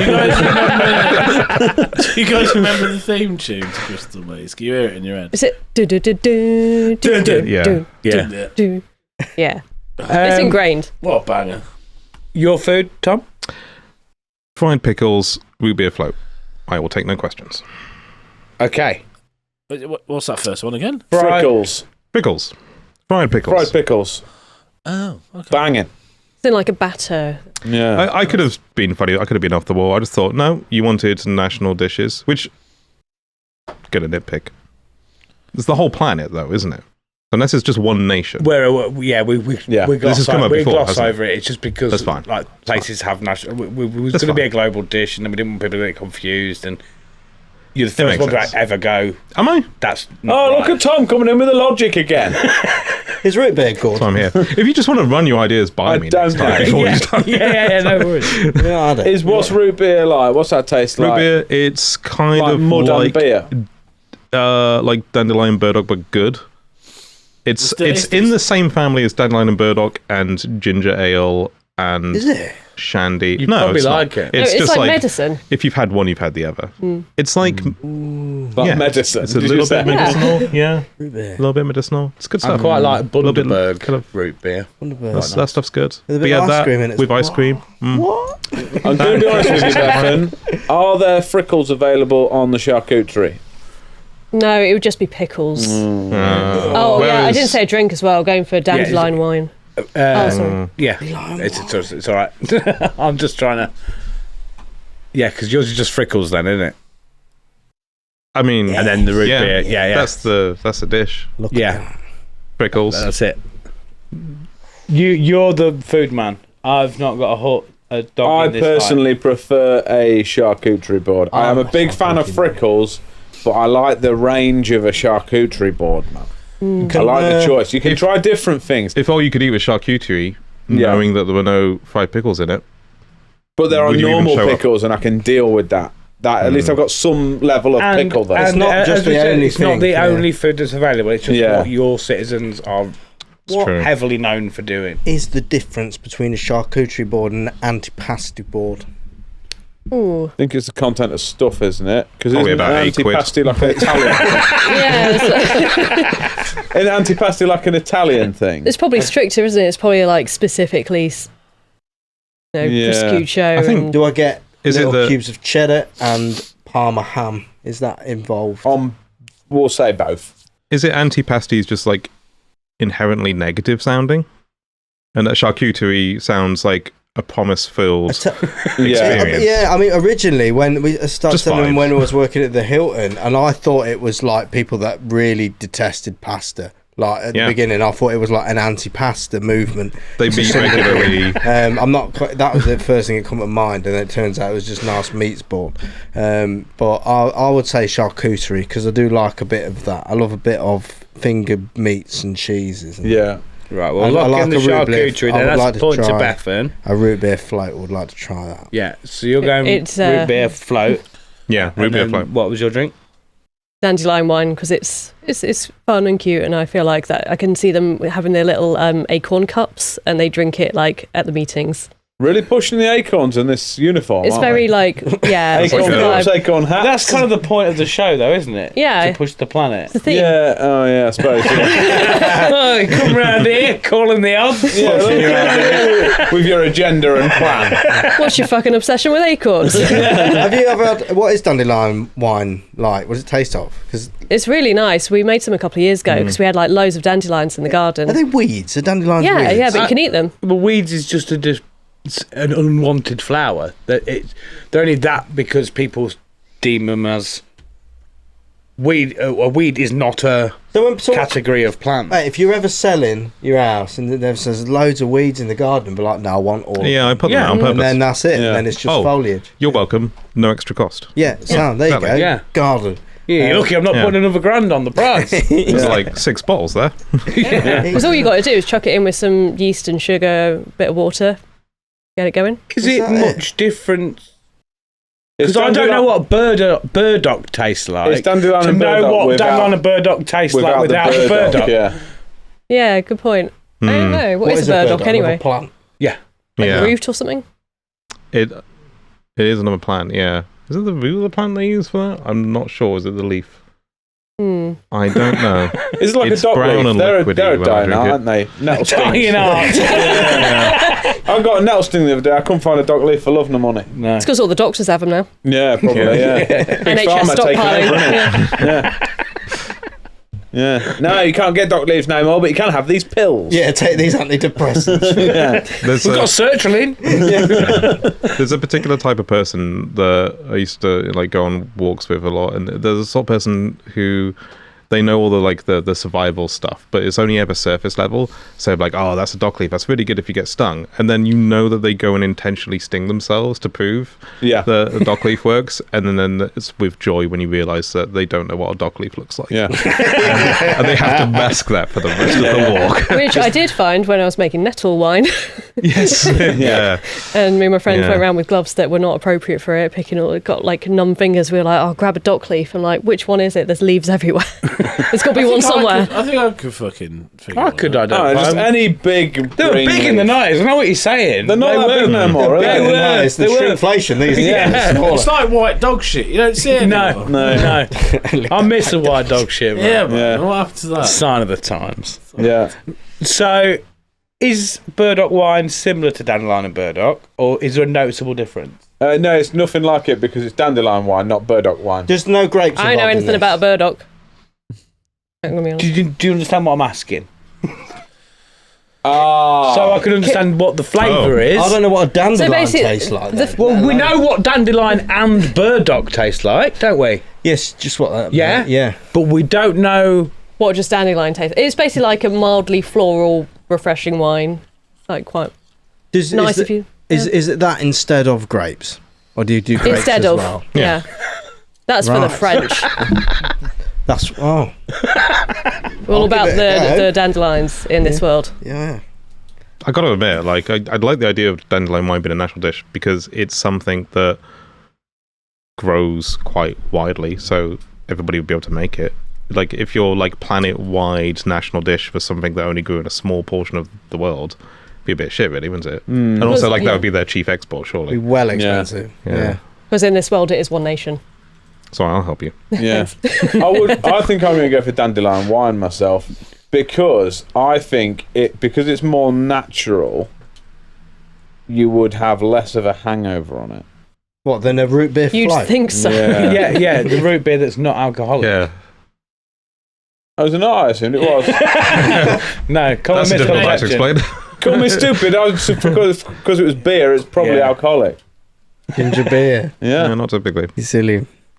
And the ice cream probably helps. There as you well. go then. Yeah. Anyway, wait, that's What? better then because you won't get any hangover off a root Well, we can beer. have so- both if you're happy to kind of No, I think I do think- Yeah, that we can because you can combine have them, the wine as the alcoholic and the root beer as the the root beer float There's the also soft. doubles as dessert. yeah. Yeah. Yes. Good to have an option for everyone. Yeah. I like things that are also another thing. Cool. I really want to try one of these really bad. I should have brought some in. Yeah. Both. Bethan gets one for charcuterie. Tom gets one for root beer, and Bethan gets one for the dandelion Dandelion wine. wine. I just want to raise the point of I'm although I understand it, I'm actively against the float. Oh, yeah, of course. Read them and understand it. Never keen on out like that. People do coke floats and it weirds me out. The one thing I don't understand is because it does look great, but then I've drunk a Pepsi Max before, and then I've had like some milkshake and I've been sick. Yeah. Like, is that If to go in together at the same time, it's all good. Yeah. Why? I feel like everyone goes, "Oh, that's great," but I think it's a terrible idea until it's all mixed up. I'm still gonna have it, but.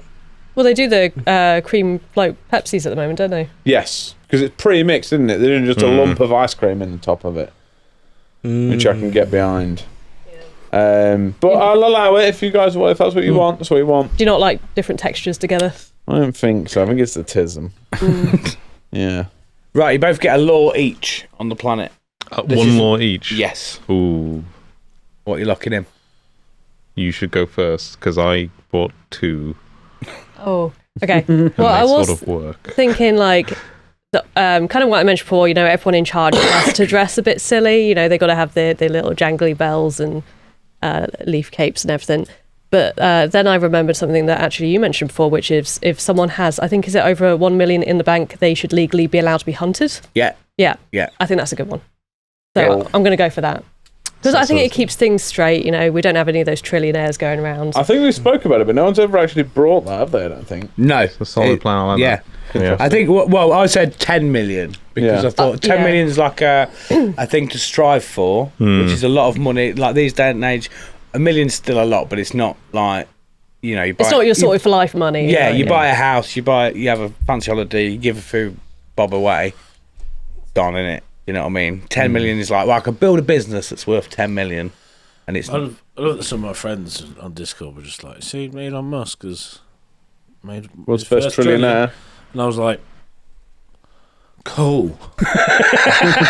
It's not an amount that means anything. No. But us. also, Like, it's not got like a trillion, is it? He's worth that, innit? It's all in the business thing and stuff. And it's a weird one, actually. Like, I kind of like, because I see a lot of people saying, shouldn't be trillionaire, all this. But then also, does it make a lot of jobs and does a lot of space exploring for the future? And things? There's a very fine know too line much and a about moral code about it all, because I flip between it, because I really like the science and I like that's exploration, that's cool, but then I'm also like, a lot of people dying and they've got all the money and blowing up things in the ocean. Yeah. Do you know what I mean? Like, And also, we're specifically saying in the bank, so it's not just your kind of other assets and your worth. If you've got that much in the bank, you don't need that. Yeah, it was this geezer, a business bloke, forgot his name, the other face.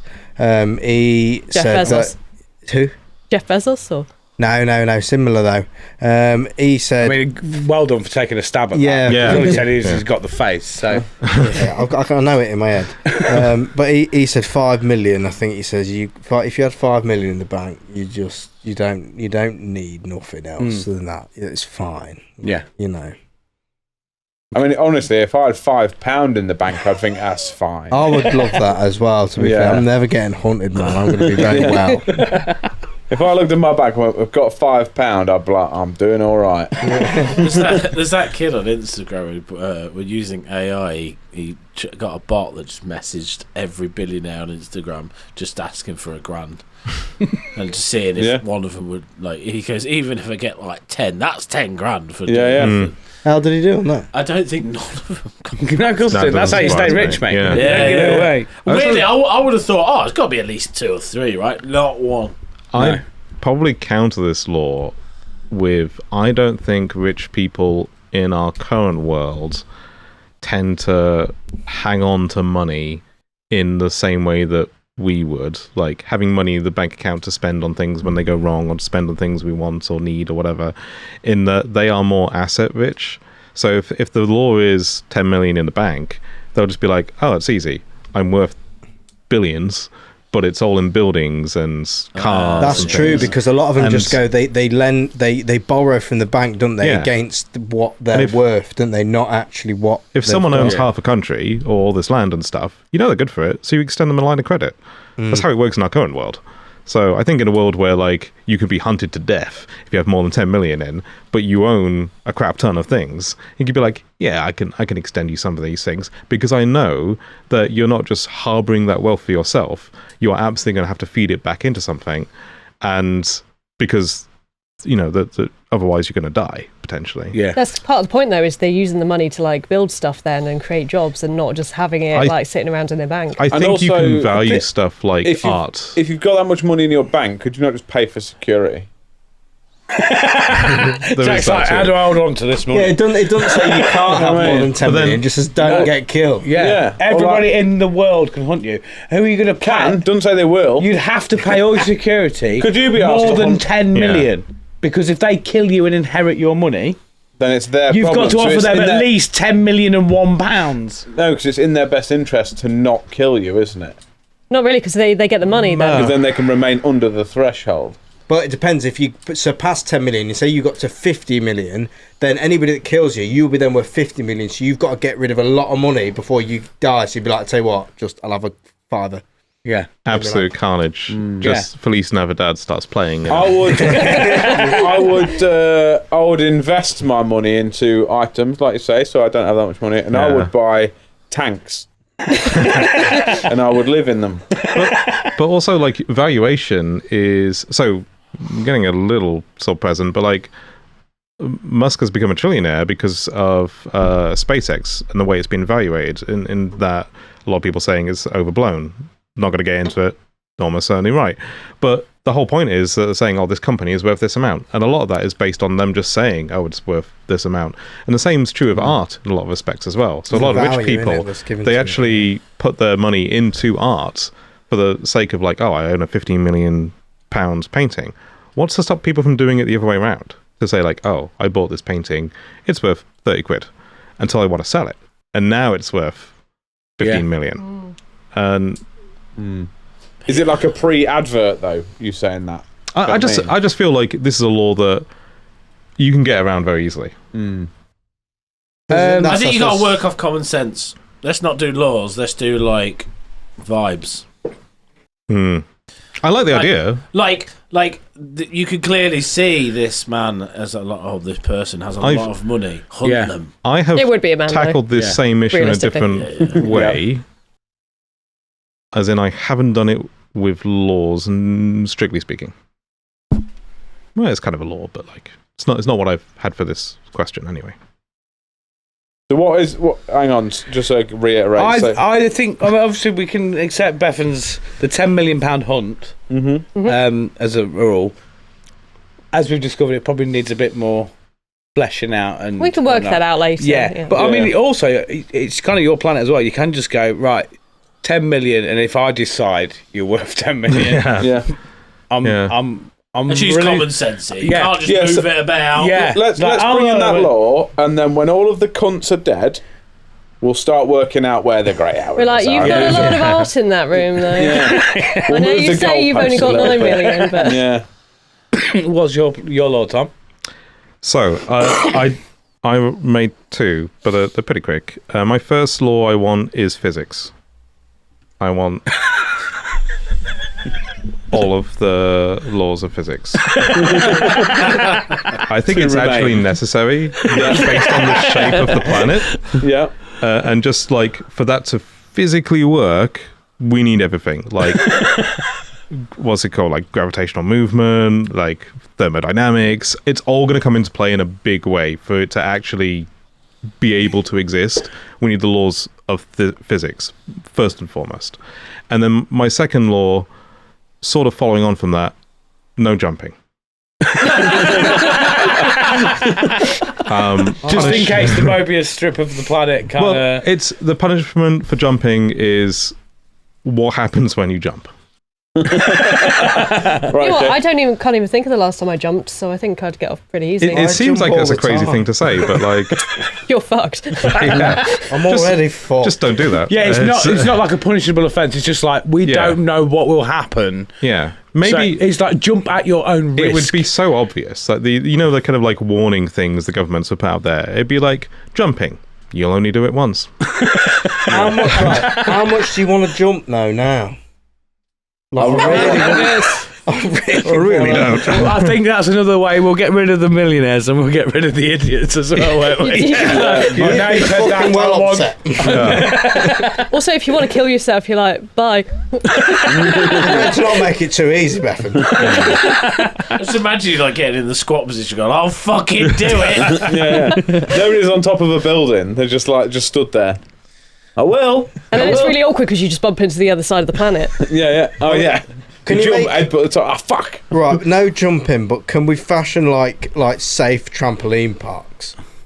I think that could be done. Yeah, So absolutely. at least I can. I think they would actually be a huge hit, wouldn't they? Yeah, they would. Except in especially if you designated can't jump. bubbles, I guess. Yeah, wouldn't it? maybe. Yeah. Well, it'd Like be terrible because you jump and you wouldn't get banged Like- down to the trampoline. trampoline parks where there are trampolines on like all vertices, so you bounce off one and then you flip and you bounce off the other one. That's even better. It's even better, Yeah. you see. I like that, So I like the that. law is like no jumping because it's an unfortunate byproduct of how we've built this planet. However, if you really want to jump, man, have we got the place for you? Jump City is just trampolines Yeah. and maybe a concession stand or two. You can jump, but only in designated areas. I'll see you at work next week, Jeff. Oh no, mate, I'm on holiday. Oh, where you going? Jump City, mate. Jump oh, City. mate, fucking love it. I Though. always wanted to go there as kids, but could never afford it. We're going We out just went to before What's skate. it like jumping? Innit? I'm going to go have a jumpathon. Yeah. I always wanted to go. My dad said he'd take me, but then he jumped one day and Yeah. That's Never the last came I back. saw of it. Jumped out for a pint of milk. Yeah, we Straight never into the we, sun. we never had the money for Jump City as kids. We had to go to Jumplins. Yeah. Is that a place where you just get to go on your tiptoes? Yeah. It's like jumping, sort of. yeah, go see the swingers at Jumplins. They've got their Yeah. own set of rules. I could never get further than skipping. Feel like I went on a jumping simulator once. I feel like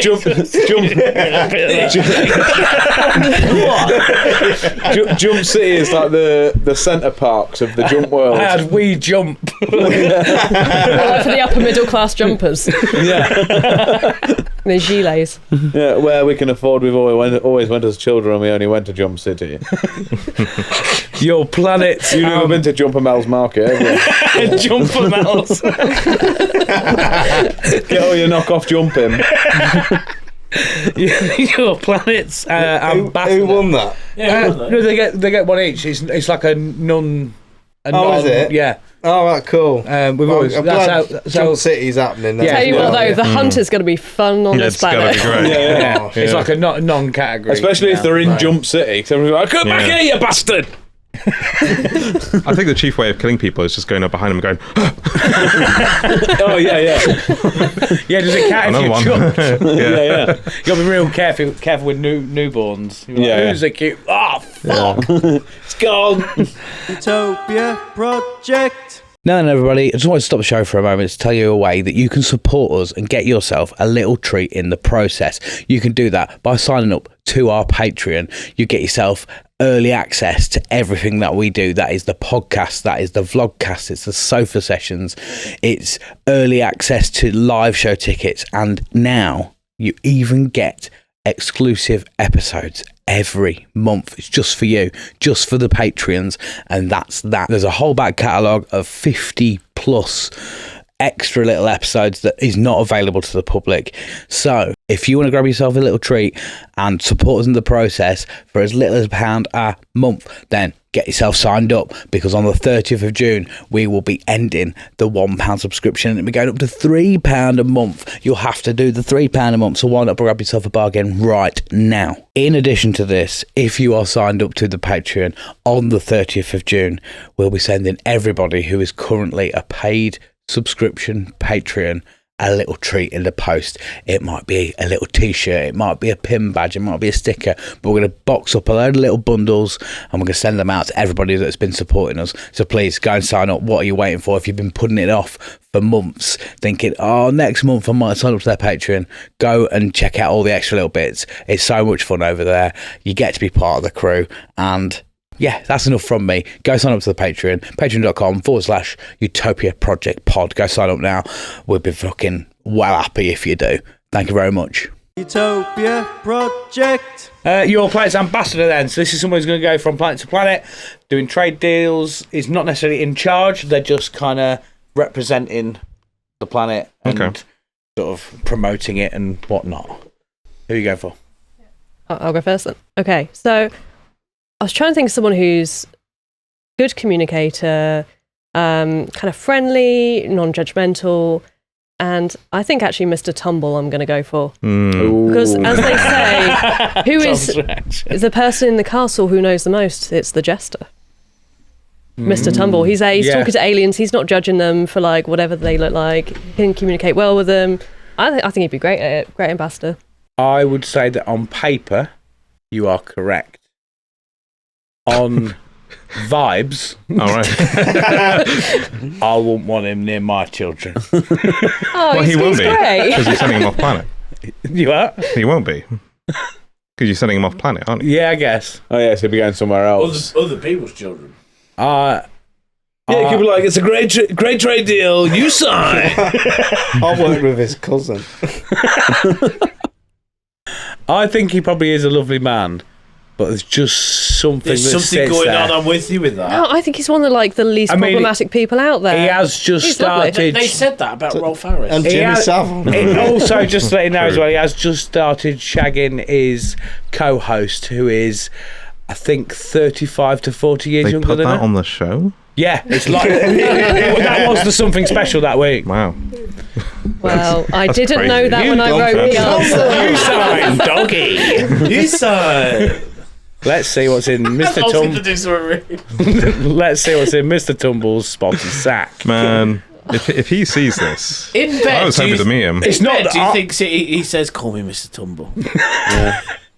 It's going to sound crazy. I bet he's a brilliant Excuse me, that's Sir dungeon master. Tumble. Not the sort of dungeon master that you're thinking. Let me leave the bow tie on. Yeah, it's Tumble Daddy to you. No, I'm on the. There's just something that sits there. He probably is a lovely man. It's a bold choice, I'll give you that. I would just be wary. Definitely a DBS check, but you'd hope he's got. Well, he works for BBC, so we probably don't have one. On can't afford paper, it. it works. I like it. None of us are paying for Well, licenses. It's my own personal hang-up with him and Jeremy Vine. Tom? The worst person on the planet. Hear me out. The worst person on the planet, as determined by all those claiming to be 16 or older, will vote every BD9 pops. It's a measurement of time. Obviously, of course. I thought of this. Everyone will vote, and your votes are weighted by how many votes you get.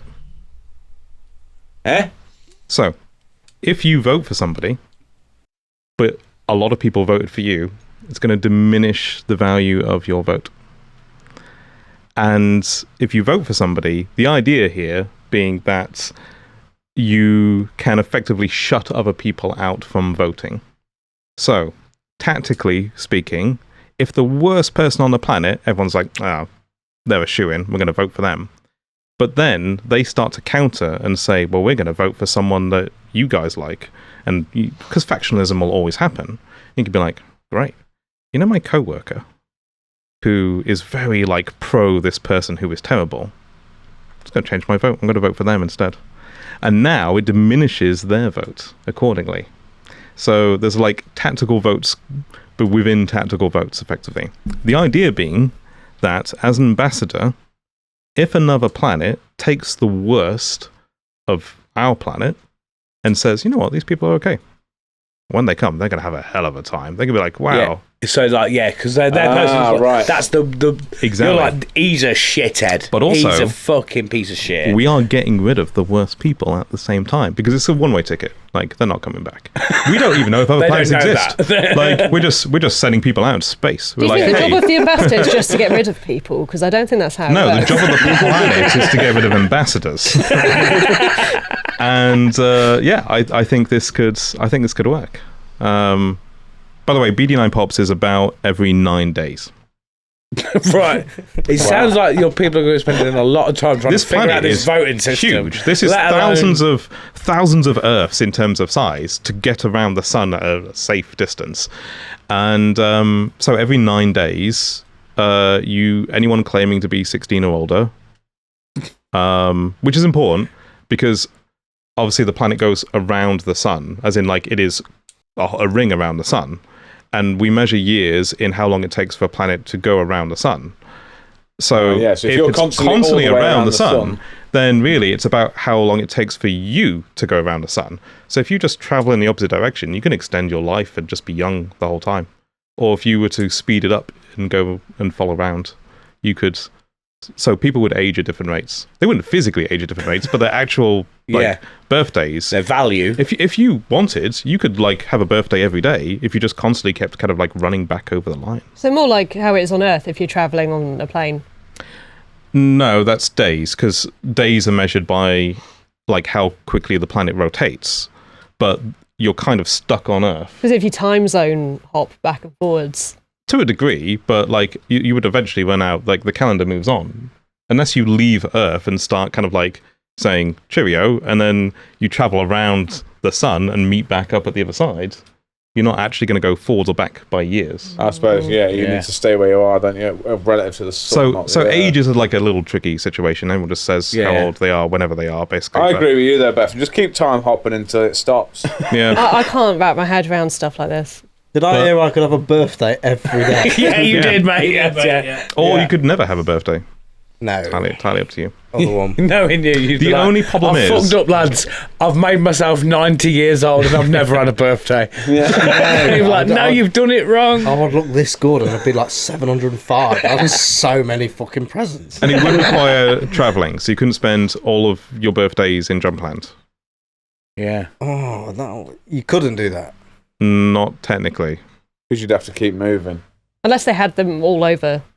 I imagine there's some sort of like multiple high-speed Jumplands. train network that goes in opposite directions across the two strands, and you can crisscross between them and things. And Spend half of the year in Jumpland, half of the year running Or away from birthdays. which is why time is normally measured by like an increment or like an element of a larger thing. Our clock is measured by how much daylight there is between like day to day sort of thing. So we don't do that. So we measure it in pops, which is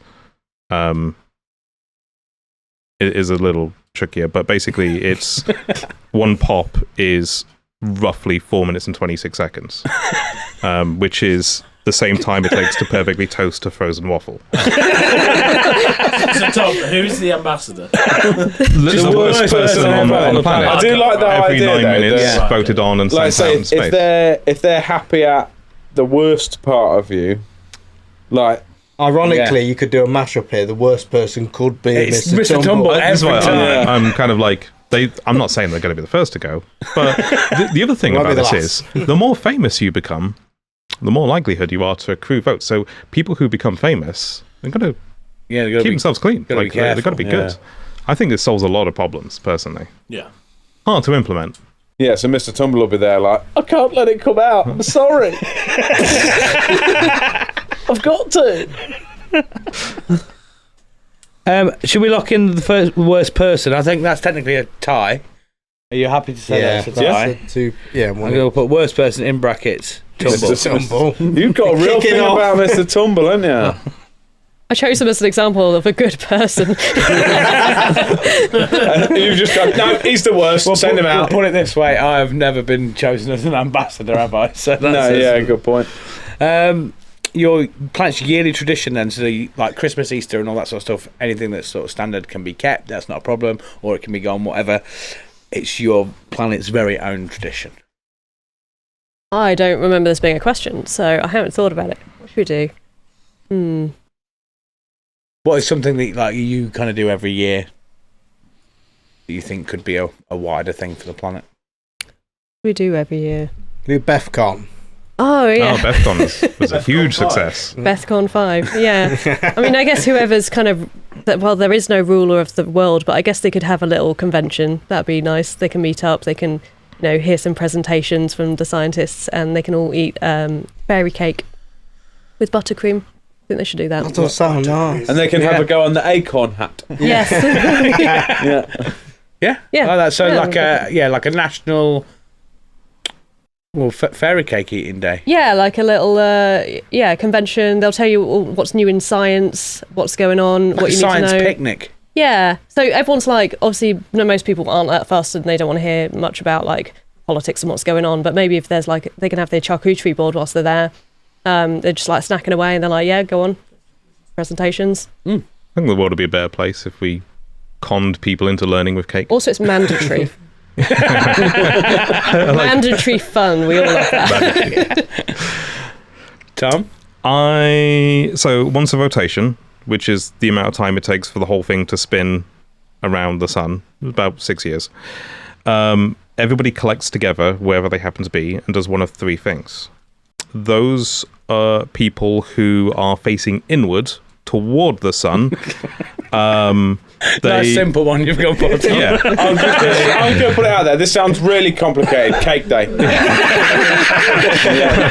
It's straightforward. Everyone fits into one of three camps. Your area faces inward towards the sun, in which case you stare into the sun and you scream, "You will not consume us." Here comes the sun.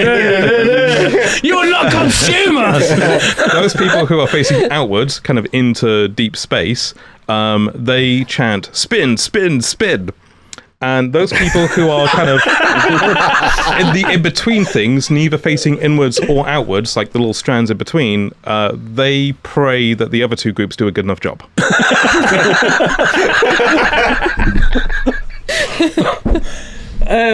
So what type of cake you bringing? Custard cream cake. Yeah, I'll do it, yeah. I want to go on the acorn hat. Yeah, that sounded increasingly more appealing. You go on. I hope they're doing it right. My God. The thing is, you just know a cult would come out of this as well, where the people think, if we don't chant this, the world will end. Yeah. The craziest thing about writing sci-fi or fantasy or any kind of like out there sort of genre is that you have to sort of have an understanding of these things to an extent, and you have to be able to explain how things work to an extent, or you can give up on that really early, just come up with some nonsense and be like, that's how it Cake works. day. Yeah. Here for the nonsense. Are we locking in cake day? Yeah. I appreciate the effort on that, Tom. But It was cake day. it was nothing. Quite literally. It's okay, they can eat cake as they stare at the sun. Yeah. We'll put science. Yeah, everyone's got a little cake day. with it Science as cake. well. You're not consumer. Yeah. Right, the final thing on the list is your planet's national treasure. So this is, if you imagine, if you will, a utopian museum. There is an exhibit or a plinth that represents your planet, and there is an item or an installation on that. What will it be? You should probably go first on this one. Yeah, I bought one in. This one I prepared earlier. It better be an acorn hat. Fuck, that'd be really cool. No, this is so I wanted like a painting as the national treasure, and I was like, what's the one that's made me smile the most that I've seen? And this is one from, I think it's the 1100s. Where's the camera? Is that the camera? Wow, see what that? on earth is So that? it's a figure with So their head on their chest. yeah, so it's called I don't know how to pronounce it, Blemier or something. And it's basically in the medieval times, or like in ancient Greece, they thought that these were a real thing, and they thought that this was like a tribe of Blemier. I think it was near like Libya or something, and they were like, yeah, those exist. And there's loads of different drawings of them, and they're really sweet, and a lot of them are just like little smiley guys. Are they kind of like what you imagine your scientists to look like? No, They they wouldn't get much science done. I love the way you said no, like that was a ridiculous question. Ridiculous. I was trying to tie it That was together. a You're step just too like, far. like, shut Yeah. the fuck up. Ever since you babbed my off tumble, We're trying to be me and you serious. have become enemies. I'm doing anti-improv. No, fuck. Yeah, I mean, I think the scientists would probably try and work it out. They'd probably be like, well, we've got this painting, we need to like work out what was the deal with them. I think people would go along to the gallery and they'd look at it and they'd be like, that is beautiful. All I can think of is it looks like a guillotine's nightmare. Yeah. You wouldn't know where to chop, would you? Yeah. Can't hang him. If I tell you how to, can you type it into Google it? It's like, it's BLEMY. Hold on. Hold Blemas. on. BEBLEM. BLEMYES. In Terabang. Yeah. Whoa. There's some really fun ones where, I mean, some of them are fucking horrifying. I'm fucking here for this. Yeah. It's like Dobby, but it's your spirit animal, Sharpy, isn't it? They're so freak, but there's so much art of them, and I'm like, they really thought it was a thing, yeah. Yeah. Wow. They're a bit like Mr. Potato Head. They are a bit, aren't they? Yeah. That's my sleep paralysis demon. There was a theory that it was because they'd seen this tribe and it was they had like shields in front of them and they couldn't see the head and they were like, oh yeah, that's the most logical explanation. Yeah. That's a sexy one. Pop that That's sexy Squidward. Will that come up on the screen? If you know that there's, I'm not saying I've checked, but there's going to be some Rule 34 content out there, isn't there, of these little guys? Well, you know what the ancient Greeks were like. They probably did it first. Yeah, but absolutely. Yeah. That is a little... Wow. Yeah. Tom, your national treasure? I didn't bring Dare we ask?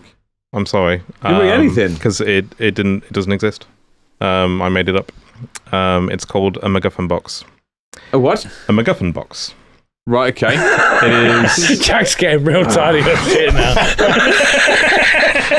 Mission accomplished. Jack's thinking it's hot in here now.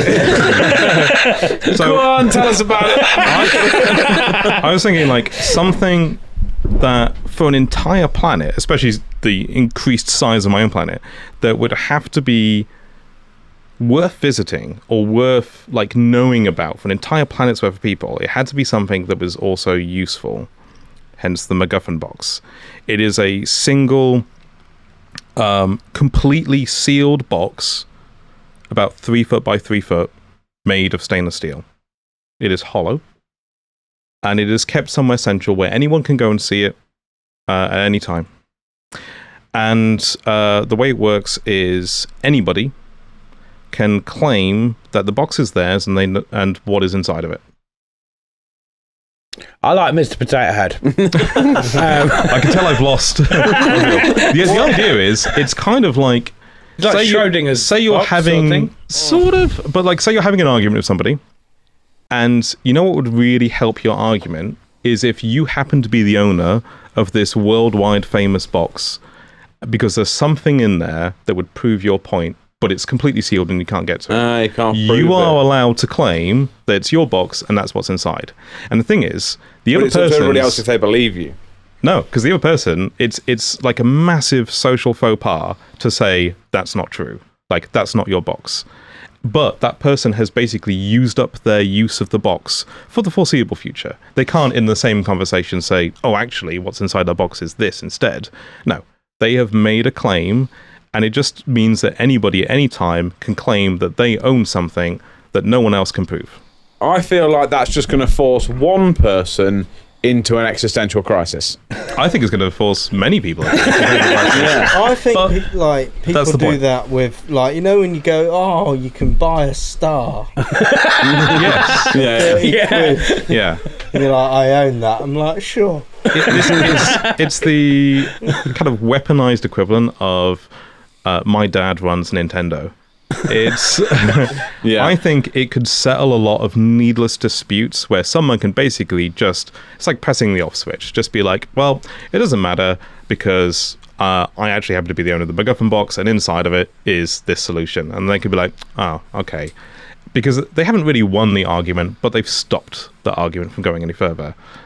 I do feel like they go like, oh, well, I've got the solution in it, and they would just go, no, you haven't.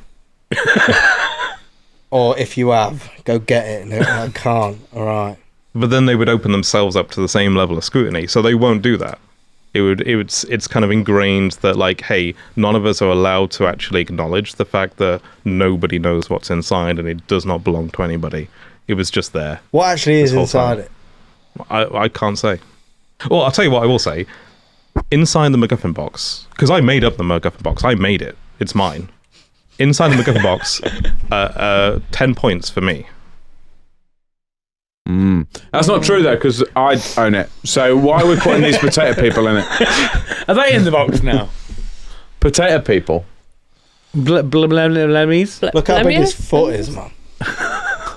That's the only worry with this, is it?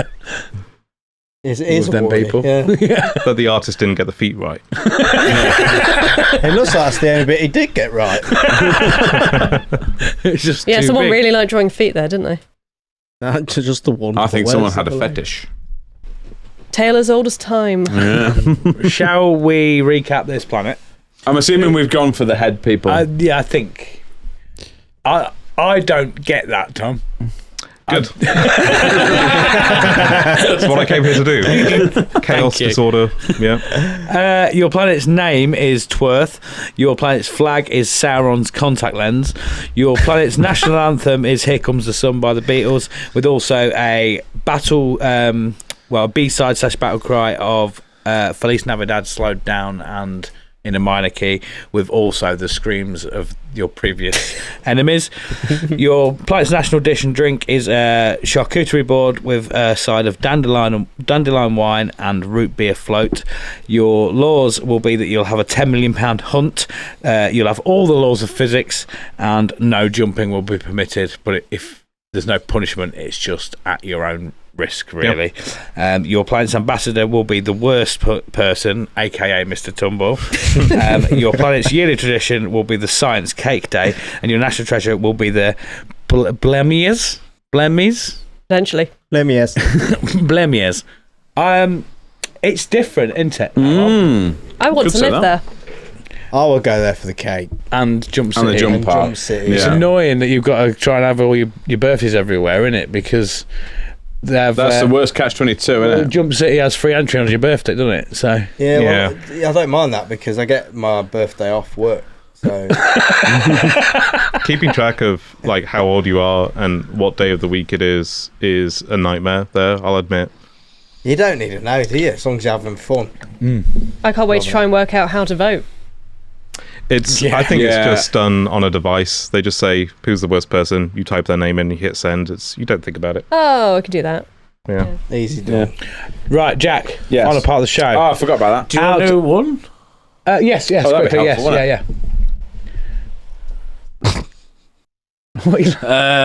Give me the bad news. Beth has 9 points, but the winner still is Beth at 9 points because Tom has 6. Yay me. Congratulations. Nice. Congratulations, Bethan. Well done, mate. You win nothing.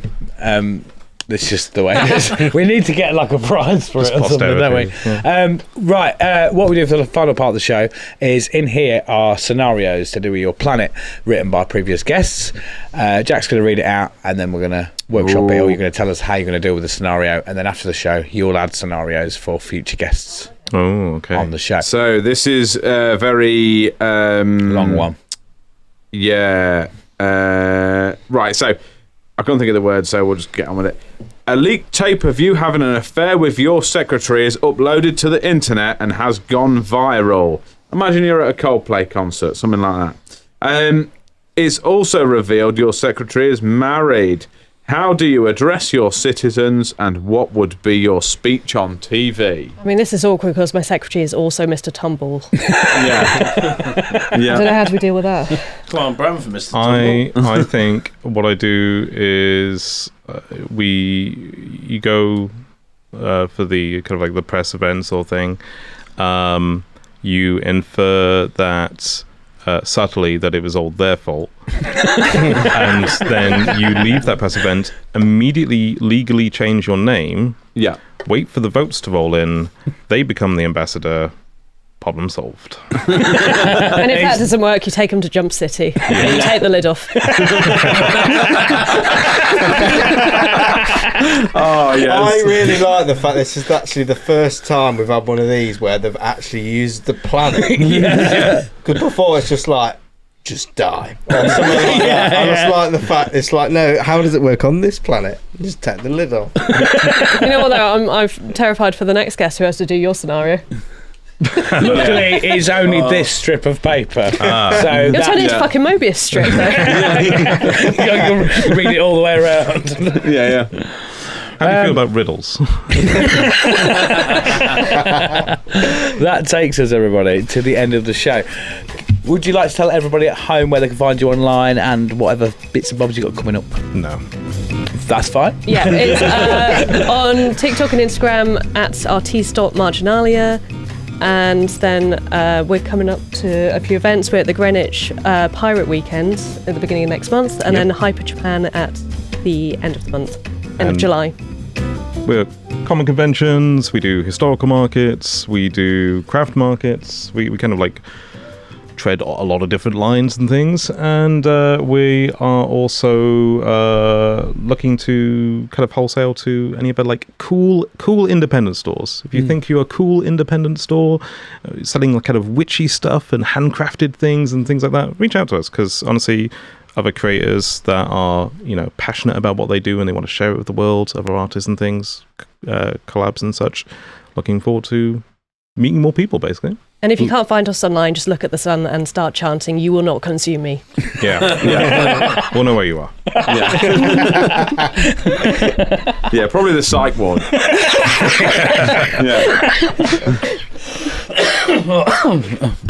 Yeah, everybody at home, go and check them out. Yeah, it's been bloody lovely. Thanks for having us. If you are watching on YouTube, then please do press the subscribe button. And if you like this video, what they got to do, boys? It will not consume me. Yeah. I thought I was going to sneeze. Like the video with your proper hand. And I hope that the other two are doing a good job. Spin. Yeah. Spin. Yeah, if you like the video on YouTube, that'd be really good. And follow us on Spotify as well. That'd be good if you're listening there. And reviews on the podcast platforms, that'd be bloody lovely. If you want to have a chat with us, then join the Discord. If you want to get some extra little bits and bobs, then join the Patreon for as little as £1 for the time being. Might be £3 by now. I don't know when this episode's going out. But yes, buy some merch from the website, tppod.com. That'd be really lovely. On the catch has been Tom and Bethan from Artis Marginalia. Working behind the scenes has been producer Vorney. I've been Chunky T. Thank you very much for coming along. I've been Jack Magic. We'll see you on the flip side. You will not consume me. Off you go. He's been Permanent Sharpy, and this has been the Utopia Project. Goodbye. Spin. True. Spin. Spin. Spin. I hope they're doing it right. Welcome to Utopia. Please make yourself at home. It's the only place on earth where you can bitch and moan. There's something here for everyone to make you feel quite great. Just as long as we've already let it through our gates. This is our dreamland. This is Utopia. Yet another little podcast for you. It's so wonderful and magical and positively colourful. It's our cheeky show. By now you know. The Utopia Project.